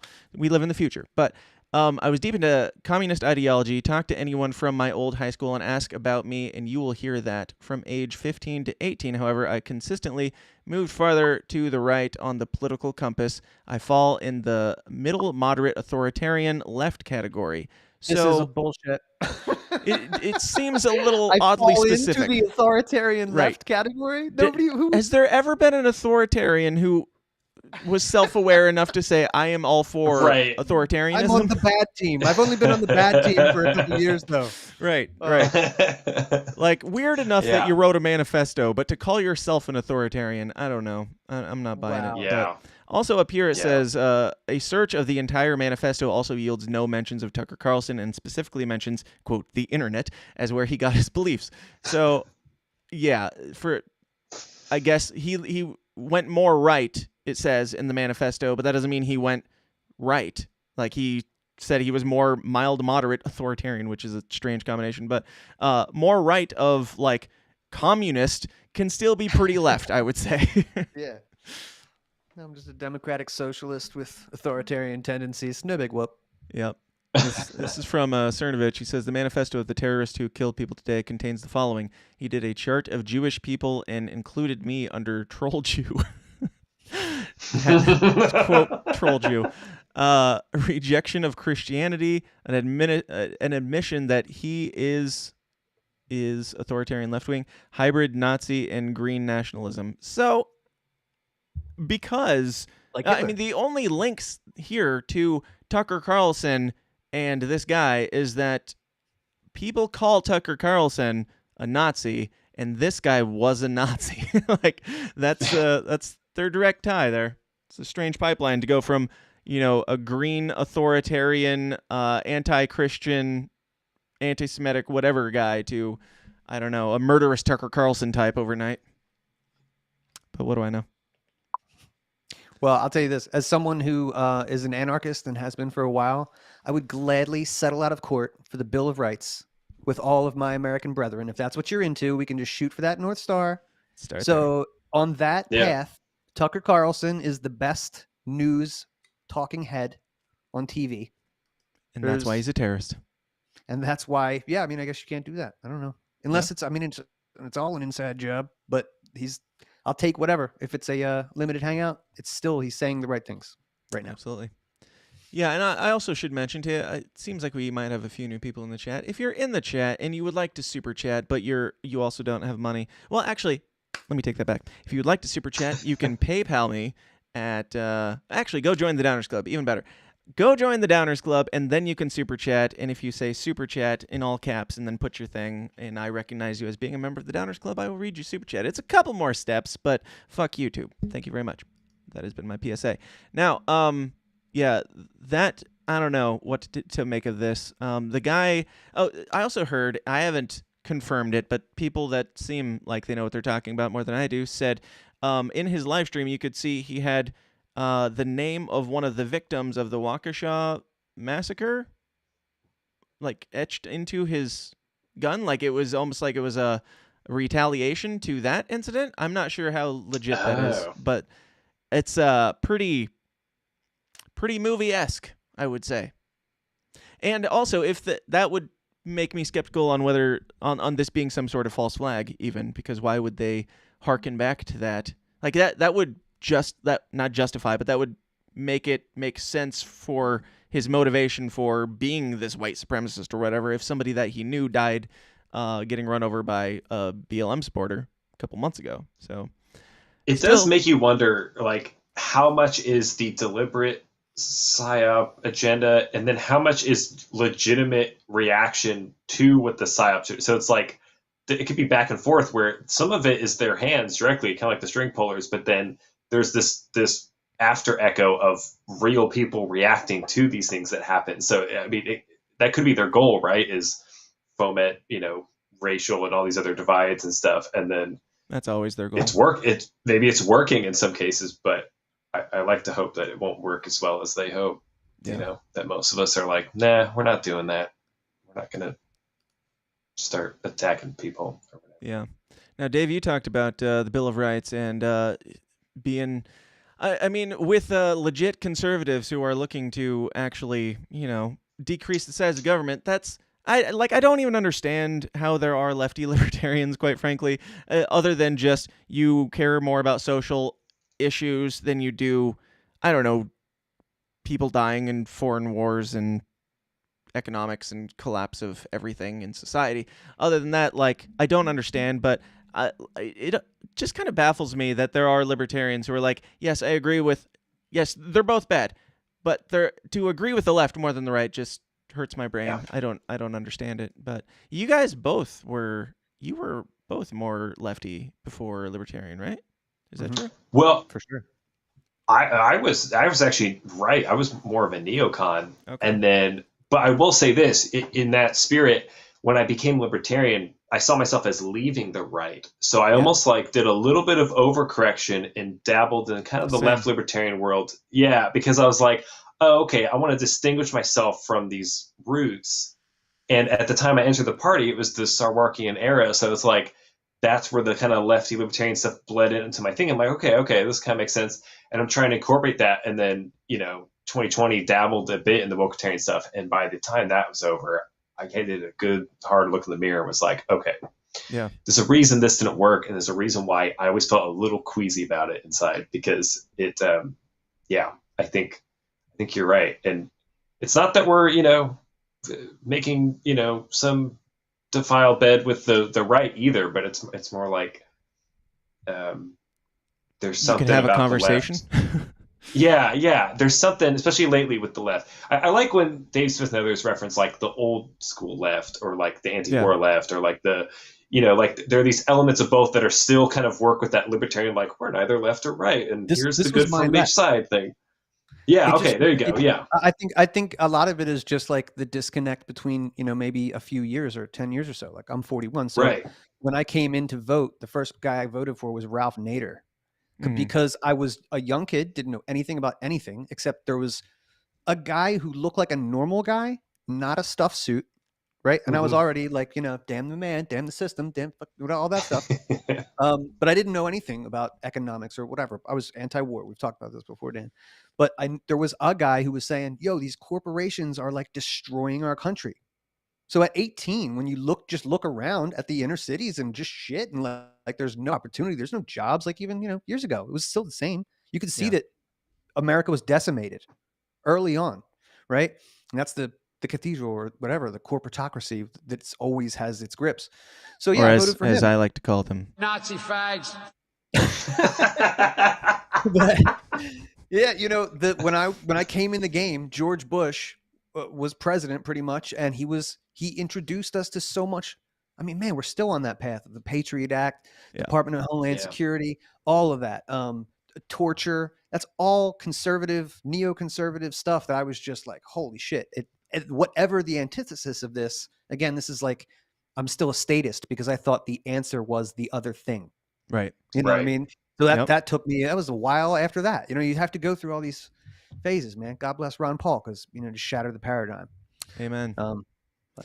Yeah, and so we've got a nice array of people here. We've got former Democrat who swung and then kind of came around to the same spot. And Jack swung and then came around to the center. And then I've just always been super based libertarian. But there's I've always known who I am.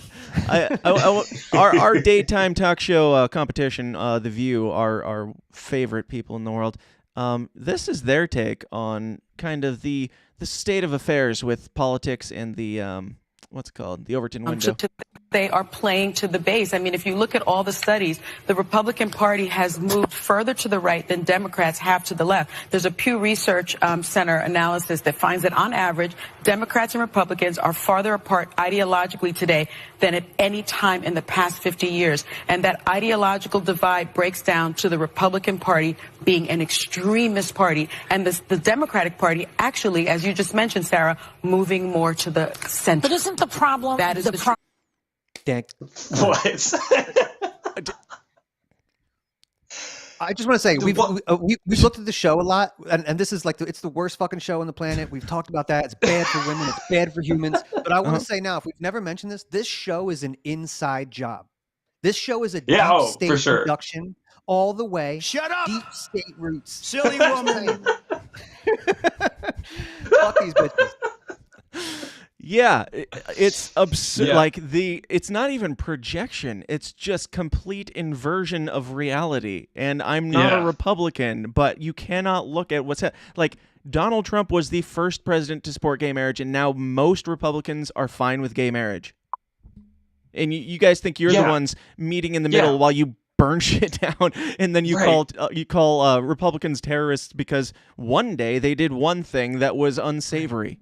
Dude, and now you've spent the last 2 years calling them terrorists and Nazis and shit, but they're the crazy ones. Like, I hate having to defend Republicans because it's not a good look, but damn, guys. I know. They're bringing out my conservative side like year by. I'm like, damn, man. Like, if one side is on, you have to accept pregnant men, and if you don't, you're evil, or your kid can change. You're at one side at that. What is the right wing getting more extreme on? Being extra heterosexual or straight or whatever? Like, what's the more extreme of that? Like, I'm I'm like, so straight. Like, what is that supposed to be? It's like crazy because it's like my biggest criticism of conservatives is like, what have you guys done? Like, what have you actually conserved ever? Yeah. It's like nothing, but to say that they're getting more extreme Because of what? Like, what are you even referring to? Because some guy who called himself a communist shot some black people? Like, that doesn't exactly prove the point. But there's more. We'll get into more. Yeah, they are salivating over this. They just love when they can exploit something like this.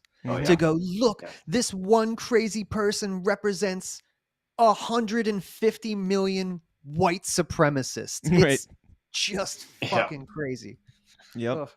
It's beautiful. Yeah, there are 150 million of what they think is out there. And again, this exact argument, as we've seen, is what's been happening internally in the Libertarian Party, right? It's the same tactics. It's the same, like, let's paint this one side as whatever and take the slightest out of context thing and cast it. And it's like, it makes me wonder, like, I know the bad actors don't believe the stuff they're saying, like with, The View and all this stuff, but it makes me wonder why the average person who falls for it, like, it's like, do you really believe that to be true? Because if there were 150 million of these, like, violent, angry, like, people, like, wouldn't there already be blood in the streets? And this would be like a full-on, like, way bigger deal. Like, this wouldn't be these isolated incidences. Like, well, they would make the argument that there is blood in the streets, and it's because Tucker Carlson influenced this guy that clearly that didn't seem to have any connection to Tucker Carlson. Speaking of, Joy Behar talks about Tucker Carlson here, and her criticism is that he's well, I'll just let the horse speak for itself. Hold on. Do please. Okay, back in World War II period, there was a guy named Father Coughlin. And he was an anti-Semite and a racist, and he was a priest from the Catholic Church. He had, in a country of 127 million, he was on the radio, 127 million people in this country, he had 30 to 40 million listeners. That's a lot. Yeah. A lot. Especially back Tucker Carlson has, in a country of 326 million people, we have grown, he has 3 million listeners. So it's 30 to 40 million versus 3 million. He's almost irrelevant if you think about it. And I think maybe that's the way to go with him. Just ignore him. Every time we talk about him, every time the media gives him airtime, he gets bigger and bigger. I'd like to give a... Shut up, silly woman. You can't simultaneously make the argument that he is killing everyone and killing this country with racism, and also that he's irrelevant. That doesn't really work. We've got to stop clucking about Tucker Carlson, because if we don't stop clucking, he'll just get more famous.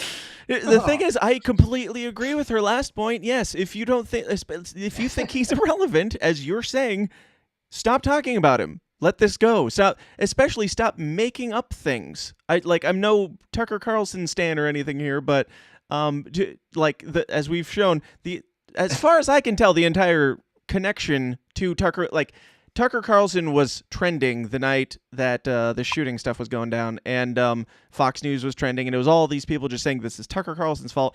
Like, I'm open if there's like some connection here that I'm missing, great, but I just find it hilarious that you're going to make fun of him for not having the numbers. I'm not sure what the views numbers are, but I also bet dangerous. They're probably less than Tucker Carlson. I was gonna say, isn't the View probably less than that? And of course, as we know, CNN is less than that. So they're basically insulting CNN and all these other ones too. It's like, yeah. So dumb. I don't get it, but it's great. And I'm like, yeah, if you can possibly find it within yourself to shut the fuck up about Tucker Carlson, I am all for it and support you. It's the smartest thing you've said all day. But not to be outdone, of course, Ana Navarro had a different response, which was a little bit spicier. Maybe it's just the heritage. I don't know. Talking to you, you are on the... Listen, if you are an advertiser, advertising on that station, you are part of the problem. If you sit on the board and are trying to be a civilized person, Paul Ryan, my friend, I'm talking to you, you are part of the problem. Yep. If you're a Republican donor tweeting about how bad you feel about this, but you're donating to people like Elise Stefanik, you are part of the problem. Yeah. If you are a staffer working for them, you are part of the problem. If you watch Fox News, you are part of the problem. I'll tell you what great replacement theory should be. We should replace all these people peddling hate and making financial and political gain from spreading racism. We should replace them with people who hold up American values. Shut up! And listen, silly woman. We need to. I'm surprised that she forcibly plugged into this replace them. podcast that much. Right. Like it's just another baffling statement of we need to replace these people with people who uphold like what did she say, like patriotic values or something, like what are the patriotic values that that The View holds that Fox News does? I'm just the choice of words is incredible. Yeah, I guess I don't think it was patriotic. We should probably get exactly what it was here. Let me check. Racism, we should replace them with people who hold up American values. American values, but she's CIA. So there's no. And I'm dead fucking serious. Dead fucking serious. This show and she's not the only one. I want to be surprised. I would not be surprised. Absolutely. That stuff is just the worst. I can't believe that gets pumped out to millions of housewives every day. I mean, think about the damage. Well, it doesn't. It's less than that, right? Well, yeah, right. Okay, so yeah, 3 million for Tucker. It's The View because they got the one view. I'm sure. Hopefully, let's hope. All right. So I mean, let's just. I mean, a million? Is it a million or less? I don't know. A couple hundred. I don't think he has more. Right? Hopefully, I don't know. Maybe. Sure. I should give him more credit. Yeah, worst. But I don't know, man. Like this kind of rhetoric, like the idea that a news outlet is not just slandering another news outlet as being whatever propaganda. They all are. We all know that. That's fine. But she's saying we need to. They are all the problem. They are all responsible for this murder, and they all need to be replaced. This entire organization, journalist organization outlet, needs to be replaced with people that agree with my views. And it's played in such a way that she's like, no, it's American views. These people are un-American, and we need to replace them. How does that work? I'm not sure, since they're a private organization. But we need to replace, not shut down their business. We need to keep Fox News open and replace them with people that agree with the groupthink, with the approved, words of the day. So, dude, it is hard to not side with the, like I don't know much about Newsmax or OAN too much. I hear they get a little bit of heat, but they're not like big enough. So let's just say Fox News is like the only name in the game if you're a conservative to get news from a conservative perspective, right? The age of Walter Cronkite is fucking over and has been for decades, where it's just the guy who reads the news with no emotion, and this is what happened. Like, and even that was completely a CIA job. But Kimberly Owen says Ana Navarro is a joke. Her father was a Nicaraguan Contra, for fuck's sake. She's pure CIA. Kimberly Good job, Dave. Big points. Job, big Dave. points.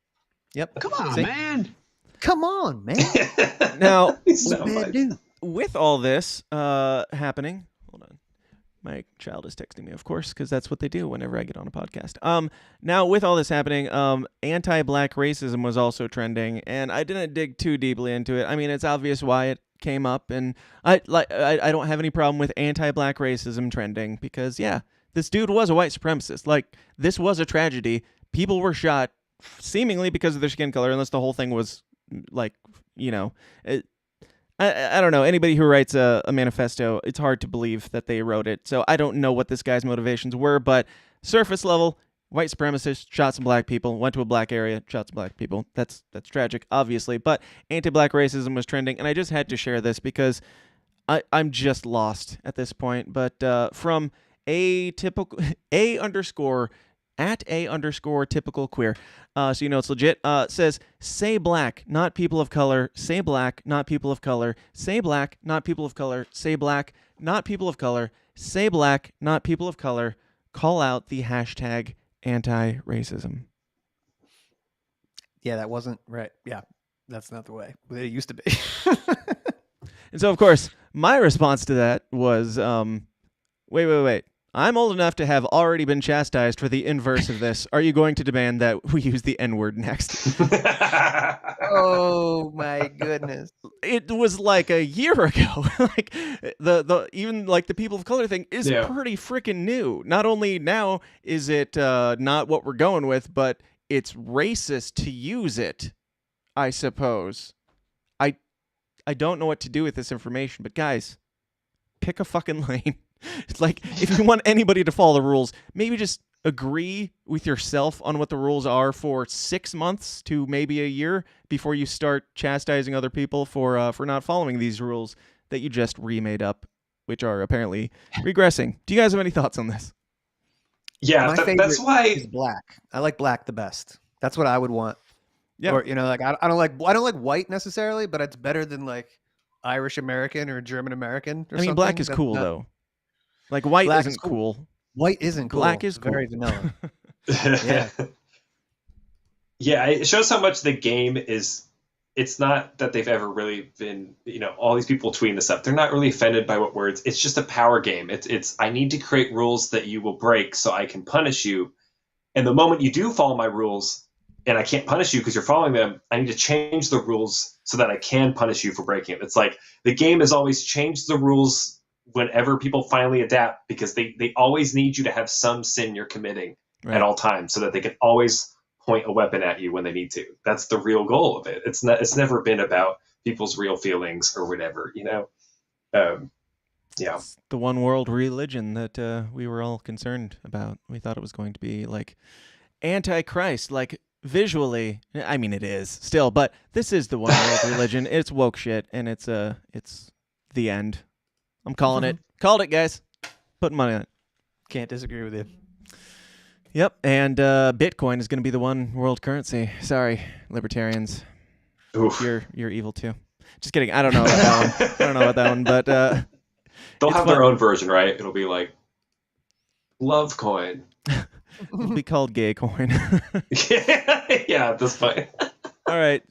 Now we gotta talk about, of course, a couple things happened with our other boy, our elderly boy, our favorite dog out to pasture boy, Bernie from The Weeknd. But no, Joe Biden.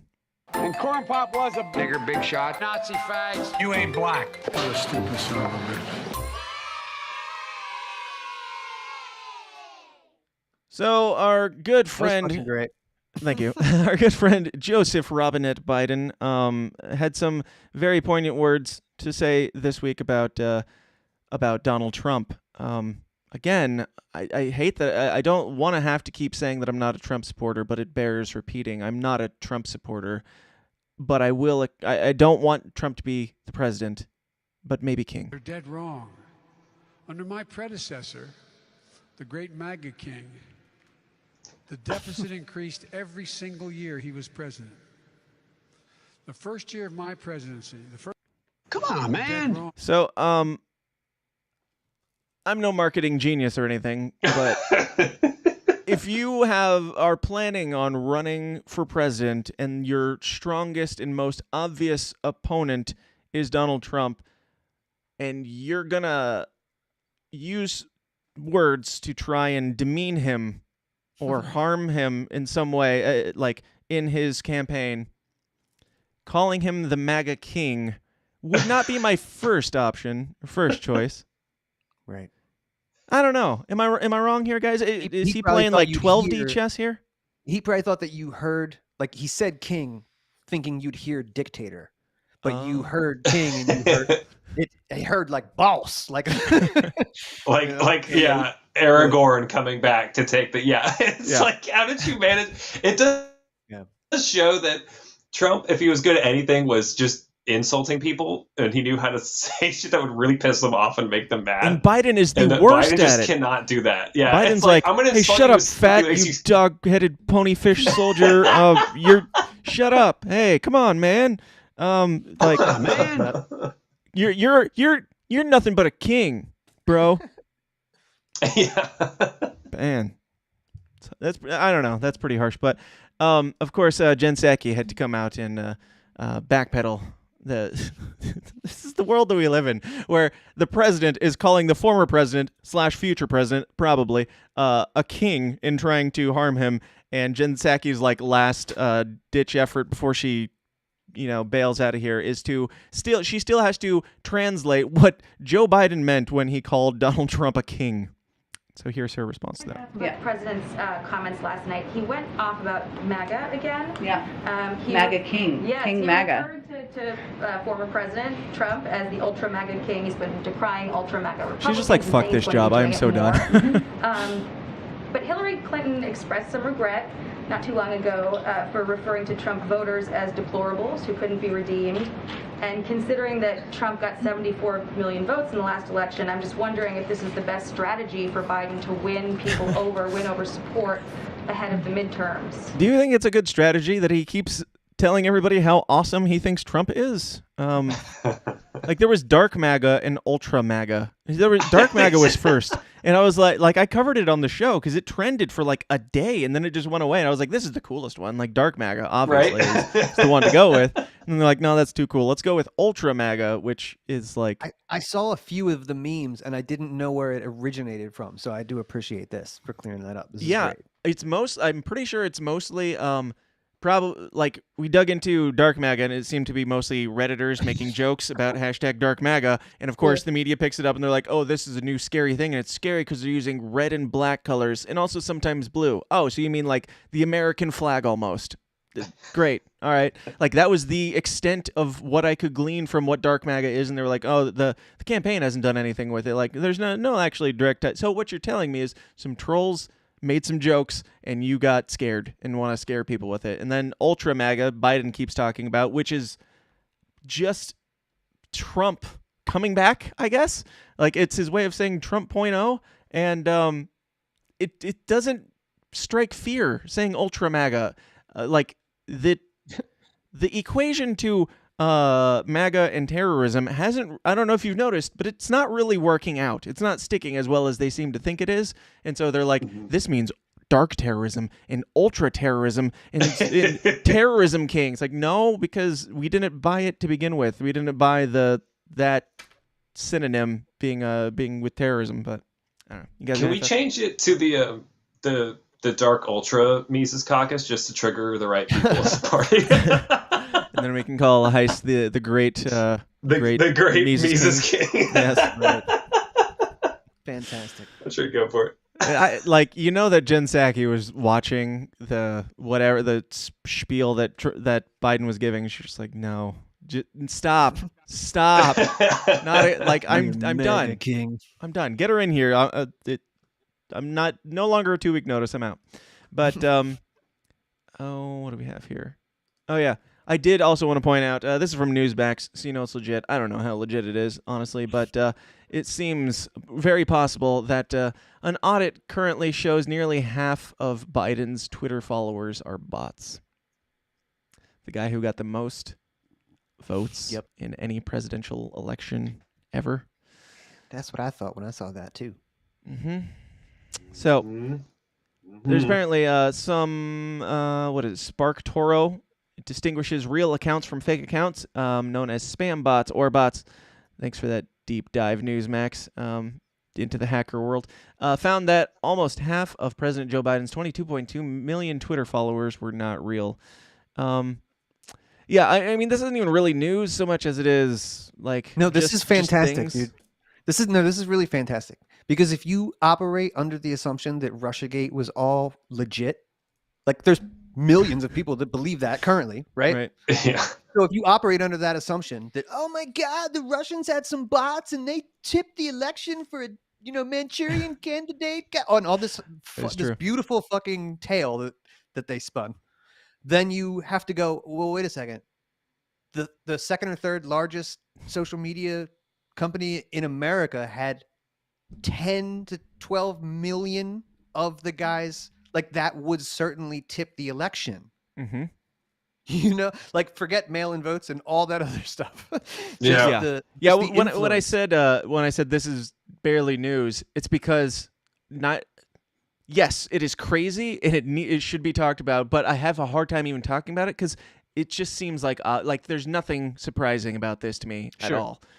This seems just as legit as the election did. It's confirmation. As we should take right. Admitting now what we probably already knew, but then for the the normies out there who maybe like you said still don't know this stuff, for them to finally go like, oh, here's something that points out. God bless these Project Veritas and Newsmax for waking up a couple boomers along the way because they need a little bit of love too, every now and then. Their parents hated them just as much as ours did, but Now, Elon Musk, we're gonna wrap on this, and then we're gonna jump over to the after party because we went for an hour and 45 minutes already. Elon Musk hit Biden with a grand slam about his teleprompter. There's this clip that's going around. Elon Musk was just being asked about Biden, and this is just. I'll save it. We'll talk after. Here we go. Is that some sort of conference or something? They've got Elon Musk. But it's not as if Biden has flipped the script and said, okay, we're going to go 180 degrees in the other direction. He's kind of kept it the same, which has been really surprising, actually. Man, it's hard to tell what Biden's doing, to be totally frank. But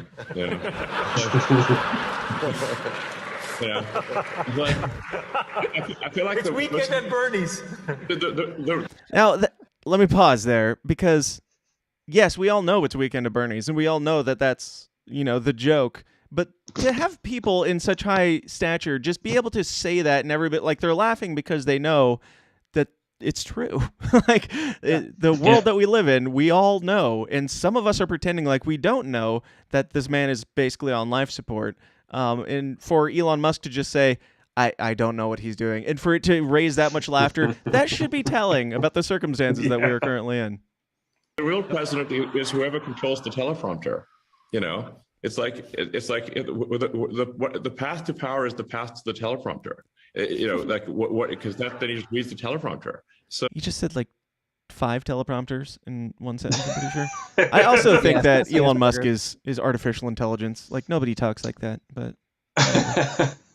So, I do feel like if somebody would accidentally lean on the teleprompter, stop saying teleprompter. Like Anchorman. It's going to be like QQQ ASDF 1 2 3, type of thing. I mean, in fairness to Biden, he hasn't been napping as much as he needs to. But all right. Anyway, I just thought that was a fun share. Not a lot there, but it also plays into the next thing that goes right along with this, which is that Elon Musk just announced that he's switching to vote Republican. And again, as much as I hate that I'm excited about this, I also am excited about this because as much as I don't care that he's a Republican, or I don't want him to be a Republican, but I want him to be a Democrat less. And I feel like this is a nice step toward the right idea because I don't feel like there's a libertarian to alt-right pipeline. I feel like there's a Democrat psychosis to Republican walk away to, hey, that's kind of shit too. Libertarian pipeline is the way I view this. But what do you guys think? For a guy who's helping the elite's fake space, sorry, Dave, you're muted. Like... Whenever you feel like talking over Jack, you like Boomer. For a guy who I don't trust because I think he's faking space, I think that his character he's playing, or at least the side of him that is it's all, I think, to our benefit. But it's interesting that while libertarians have been trying to court him, right, that he says he's switching to Republican, and it almost reinforces to me this idea that the system knows libertarians are a real threat. Yeah. And so I think they are setting up the Republican side to once again be the fake controlled op. And that's why you see a lot of them start to sound more and more libertarian with their stuff. Cause I think they are realizing that they, that they can lose. So it makes me wonder if his switch to Republican, again, it's the good cop, bad cop thing. They're like, oh, this time we're, take back the freedom of the Republican Party. It could be. It is hard to trust, but it also could be like he's been pretty sound on some economic points as of late, and just calling out Biden for his terrible economic strategies and everything. So there might just be a part of him that's looking at it from a business perspective, and he's like, this guy is running the worst business possibly in human history, and all of our lives are depending on it. So yeah, I'm not down anymore. And he said that he's pretty much always voted Democrat. He can remember a single time that he's voted Republican, but which makes sense when you're just like doing your shit, like keeping to yourself and allegedly launching cars into space. You might not really care too much about anything other than social stuff until the economy shit really starts hitting the fan. But Dave, I know you had a thought there that you were trying to get out amidst your boomerness. I think, if you're trying to bro down with some of these, boomers or anybody that might lean liberty at all, I mean, use that Bill of Rights. Like, it's a good North Star. So like whenever there's a new emergency, you don't have to be a partisan and go, well, how does it make me feel? How do I feel about this very specific thing? It's like, just know what you can do, what your liberty allows, what your founding documents say, is available to you. And if it's outside of that, it doesn't matter if it's like a super mega emergency, like you don't suspend the Constitution, right? So I think that like I mean, a super MAGA emergency. I'm pretty sure that's the next variant. He's a great example, I think, of a guy, like as the state moves around its tyranny, it gives you tyranny under both parties, like whether it's the healthcare bill or the NSA spending or whatever. If you stay planted, they'll move and you'll seem like you're moving, but that's not. You're planted. He's good. That he wants to make electric cars because he was probably socially liberal. Meaning I am just trying to fucking, do some good for the environment, man. I'm also a capitalist, though, because I got to sell these cars. Well, now you're a Nazi. So it doesn't really matter what you did for the environment. Congratulations, you blew it. You're not. Doesn't matter what you do for Ukraine or what you do for, greenhouse gases. I think it's also fascinating. Just, like, he didn't have to even say this, right? Like, he could have just never brought this up. Nobody. Yeah. He doesn't owe people, knowing what his vote is going to be or anything like that. So for him to be vocal about this, setting aside, I'm with you, Jack. Always I go to, it's all controlled and it's all fake anyway. But I try to be a little bit normal sometimes. And if I'm looking at this from a normal perspective, I'm like, it's pretty bold for him to even say it because he didn't have to say it. And people were calling him a Trump supporter anyway. They were calling him an alt-right Nazi, whatever, when he went on SNL and that type of thing. But for him to just be like, fuck you guys. I'm going to vote Republican because they're being smarter at the moment. And that's really all that matters. And I think it's to our benefit, whether they realize it or not. Because even if whether or not Elon's this, playing a role, or whether some of it's legitimate, right? What if he's turning on the elites a bit? I mean, we don't know. But it's to our benefit because if the elites realize that to still win, they have to talk and sound like us. That means we're winning, right? It's like you said, Dave, like we plant ourselves, we say what we're going to say. If that means during election years, Republicans have to try really hard to convince people they're more libertarian leaning, that's a good thing because it means the minds of the people, right, are being swayed to our ideas so that they at least have to mimic and pretend to be us to get anywhere, right, from the right or left. That's I think our hopeful goal is to kind of transform the minds of people that way and the culture shifts so that by the time they figure out, oh, okay, but these guys are still part of the system or these are still the games they're playing, we hopefully have our Reeeeno reset, super base libertarian party ready with open arms to go, hey, are you ready to do the thing for real now? Because these guys have been, pretending to be us, but we're the real deal. That's what it's about, bro. We can move the Overton window by ourselves. Right. So like that be harder. That Ghost in the Machine video that they ripped off of My Style, I'm pretty sure. It's like, I say I'm a propagandist, and the Libertarian Party didn't seem to have all that much interest in making dope-ass videos before. It's like, maybe if we, like, you can't say that it doesn't have value or that it, doesn't have effect when you have the brainwashing division of the U.S. military using the exact same, ideas as what I use. Like, this is what we should be doing. Like, not like I'm trying to brainwash people. I mean, there is an amount of manipulation that goes into any ad or any marketing or whatever. You're manipulating people into seeing your view or going along with your thing. But it works, and you should know that it works because the people who do it for a very substantial living that we all pay for them to brainwash us, they're doing the same thing. So maybe we should take some notes. You know what we are? If they're trying to say they're the ghosts in the machine, we're the ghosts in the system. Okay, we're the ghosts in their machine. We are going to counter Psyop and wake people up while they're trying to keep them asleep, and we're going to use their own weapons against them, their own methods. We're going to infiltrate the culture, the music, the books, right? The writer scene. Mm-hmm. I think this is cool that our movement, like we've always known. And I think the Mises Caucus really showed me, it's like the movement is so much bigger than the party. And it's a revolution of many kinds in many ways. And all the coolest people don't fuck around with the party, at least before next week. For now, until we show up. And it's so cool to think that, man, we open those doors, we do the reset, we do the takeover, we show this whole movement and all these people like, this is it. This is where we can actually pour all that energy and make it happen. And I think it's going to be unbelievable, man. I think the next 2 years are going to be insanely productive on all fronts.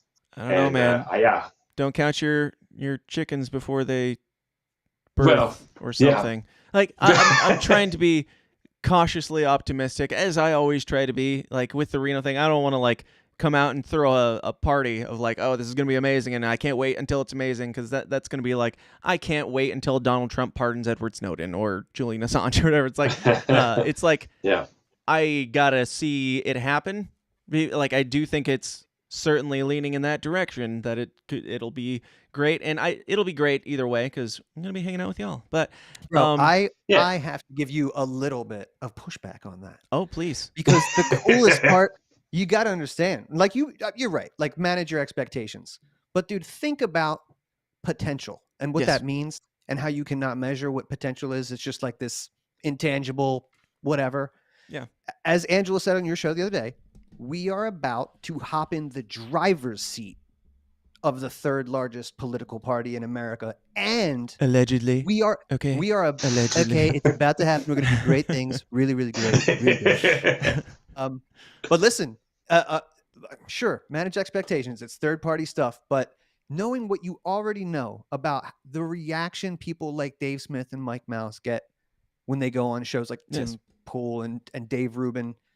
Dude, I'm with you, but I'm also a conspiracy theorist, and I think that it's very possible that some shady shit could be pulled that could, like, I think if everything for sure. goes, they're going to try. They're going to try. In the way that it legally you think should. We're not going to win in Reno? I think that we should not celebrate until it happens, but I do think that we are. I already did. I just celebrated a couple hours ago. Just take a good shit. No, I hear you, Dan. I hear you. It's like you're worried that, right, because Dave, you're right. Based on the numbers, based on the trajectory, based on what's going on, this should be a victory. But because we've seen these shady, cheating, lying motherfuckers, it's true that they could pull some weird, Hail Mary that literally just cheats at this point. That's the only way they can win. Everything we just said is ammo for them in the future to use against us. Sure, I guess. Every celebration you have before you win is something that if some shady shit happens and we don't win, they're going to be like, you guys are dumb. Like, not that matters, but I will guarantee you, dude, I will resign my post if we don't win in Reno. I'm telling you.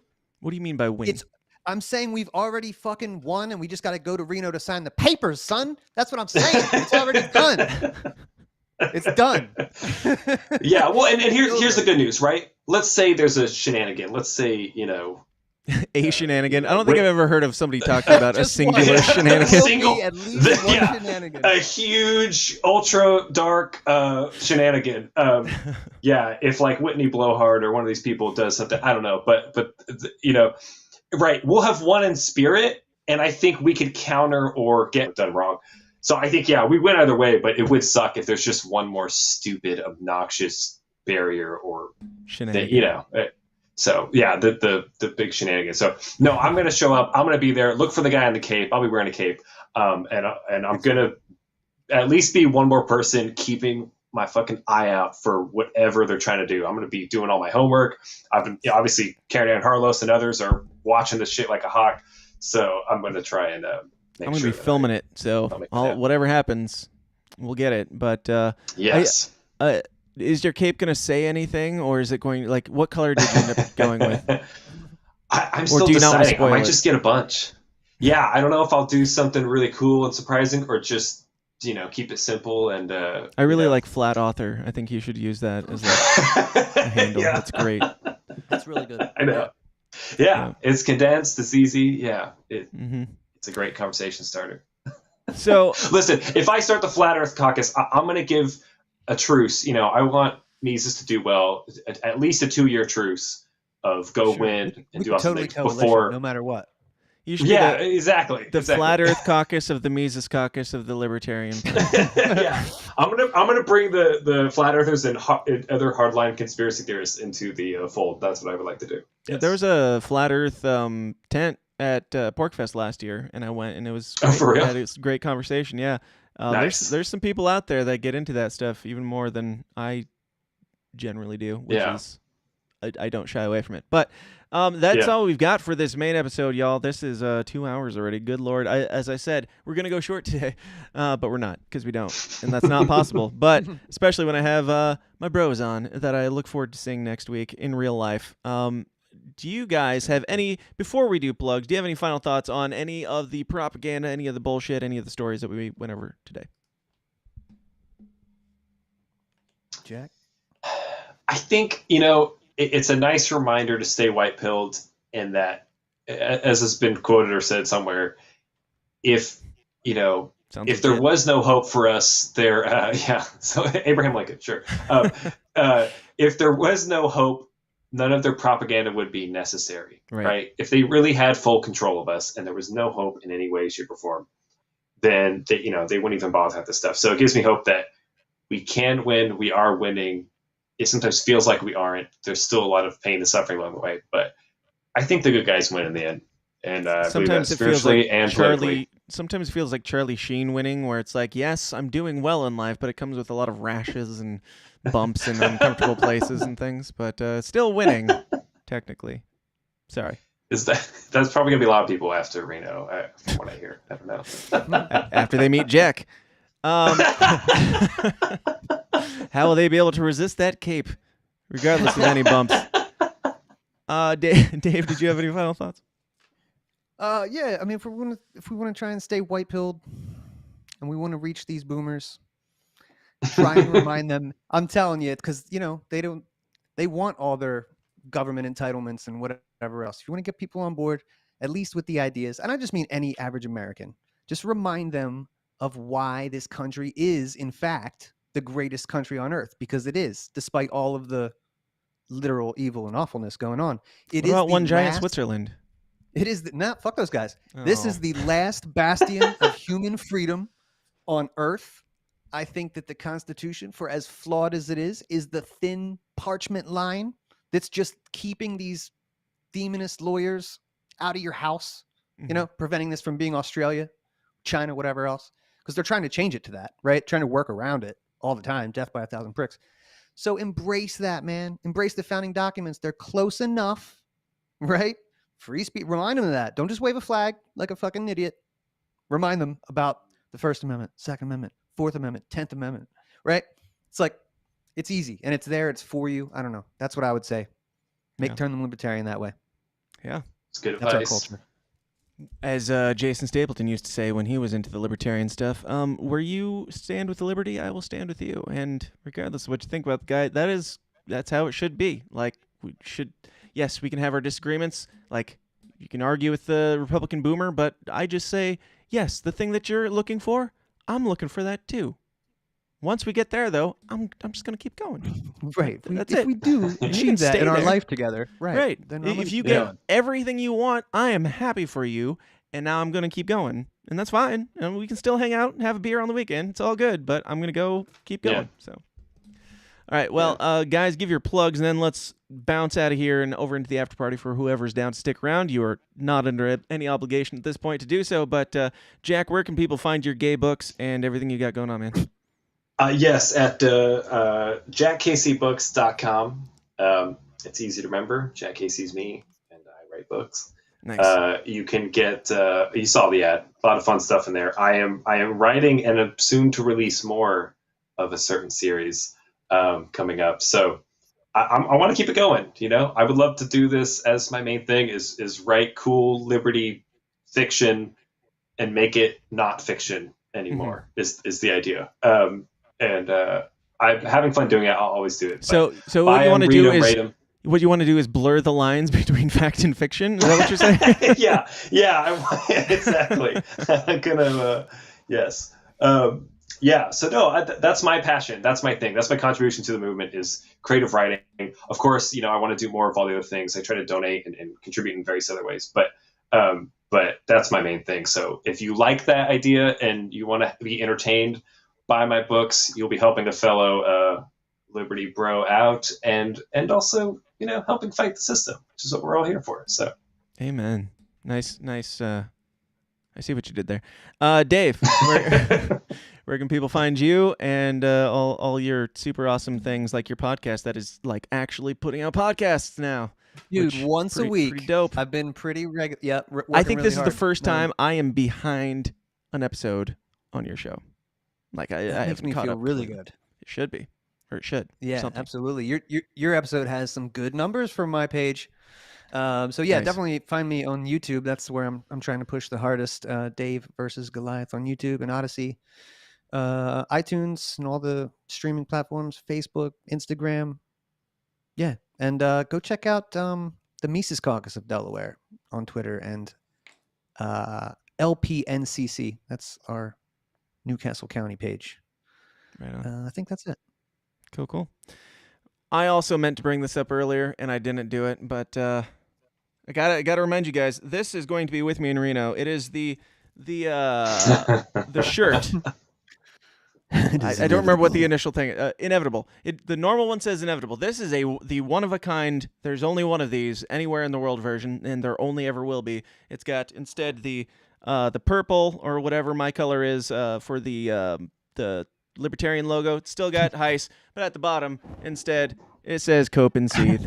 And fantastic. I'm going to be wearing that. It's going to have my own sweat in it all over the place at Reeeeno, and I'm going to be getting it signed by some big, probably mostly Mises Caucus people and whoever I can, and then maybe we'll do an auction or something after, unless I get greedy and decide to keep it, because I love that guy so much, dude. That's a great fucking shirt. Yeah. Yeah. That's going to be a good auction item for sure.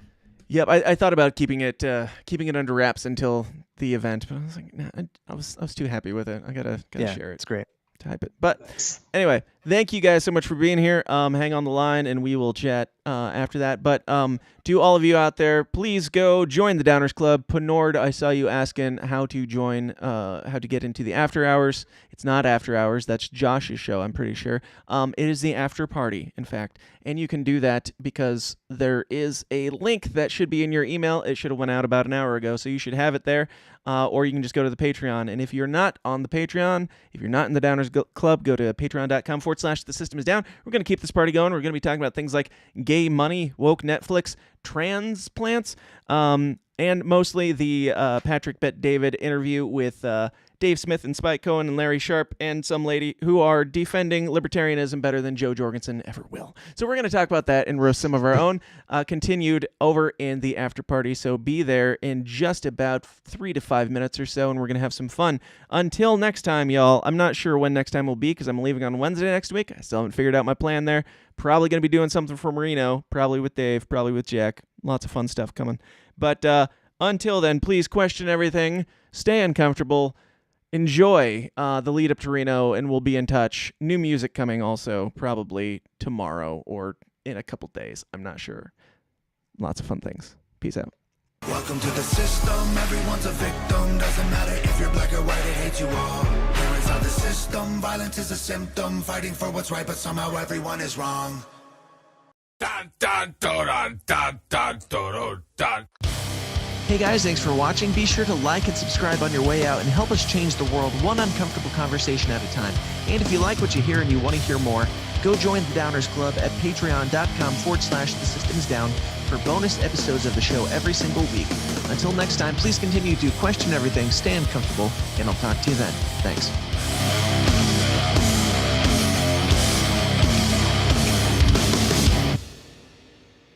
This has been a Goulash Media production.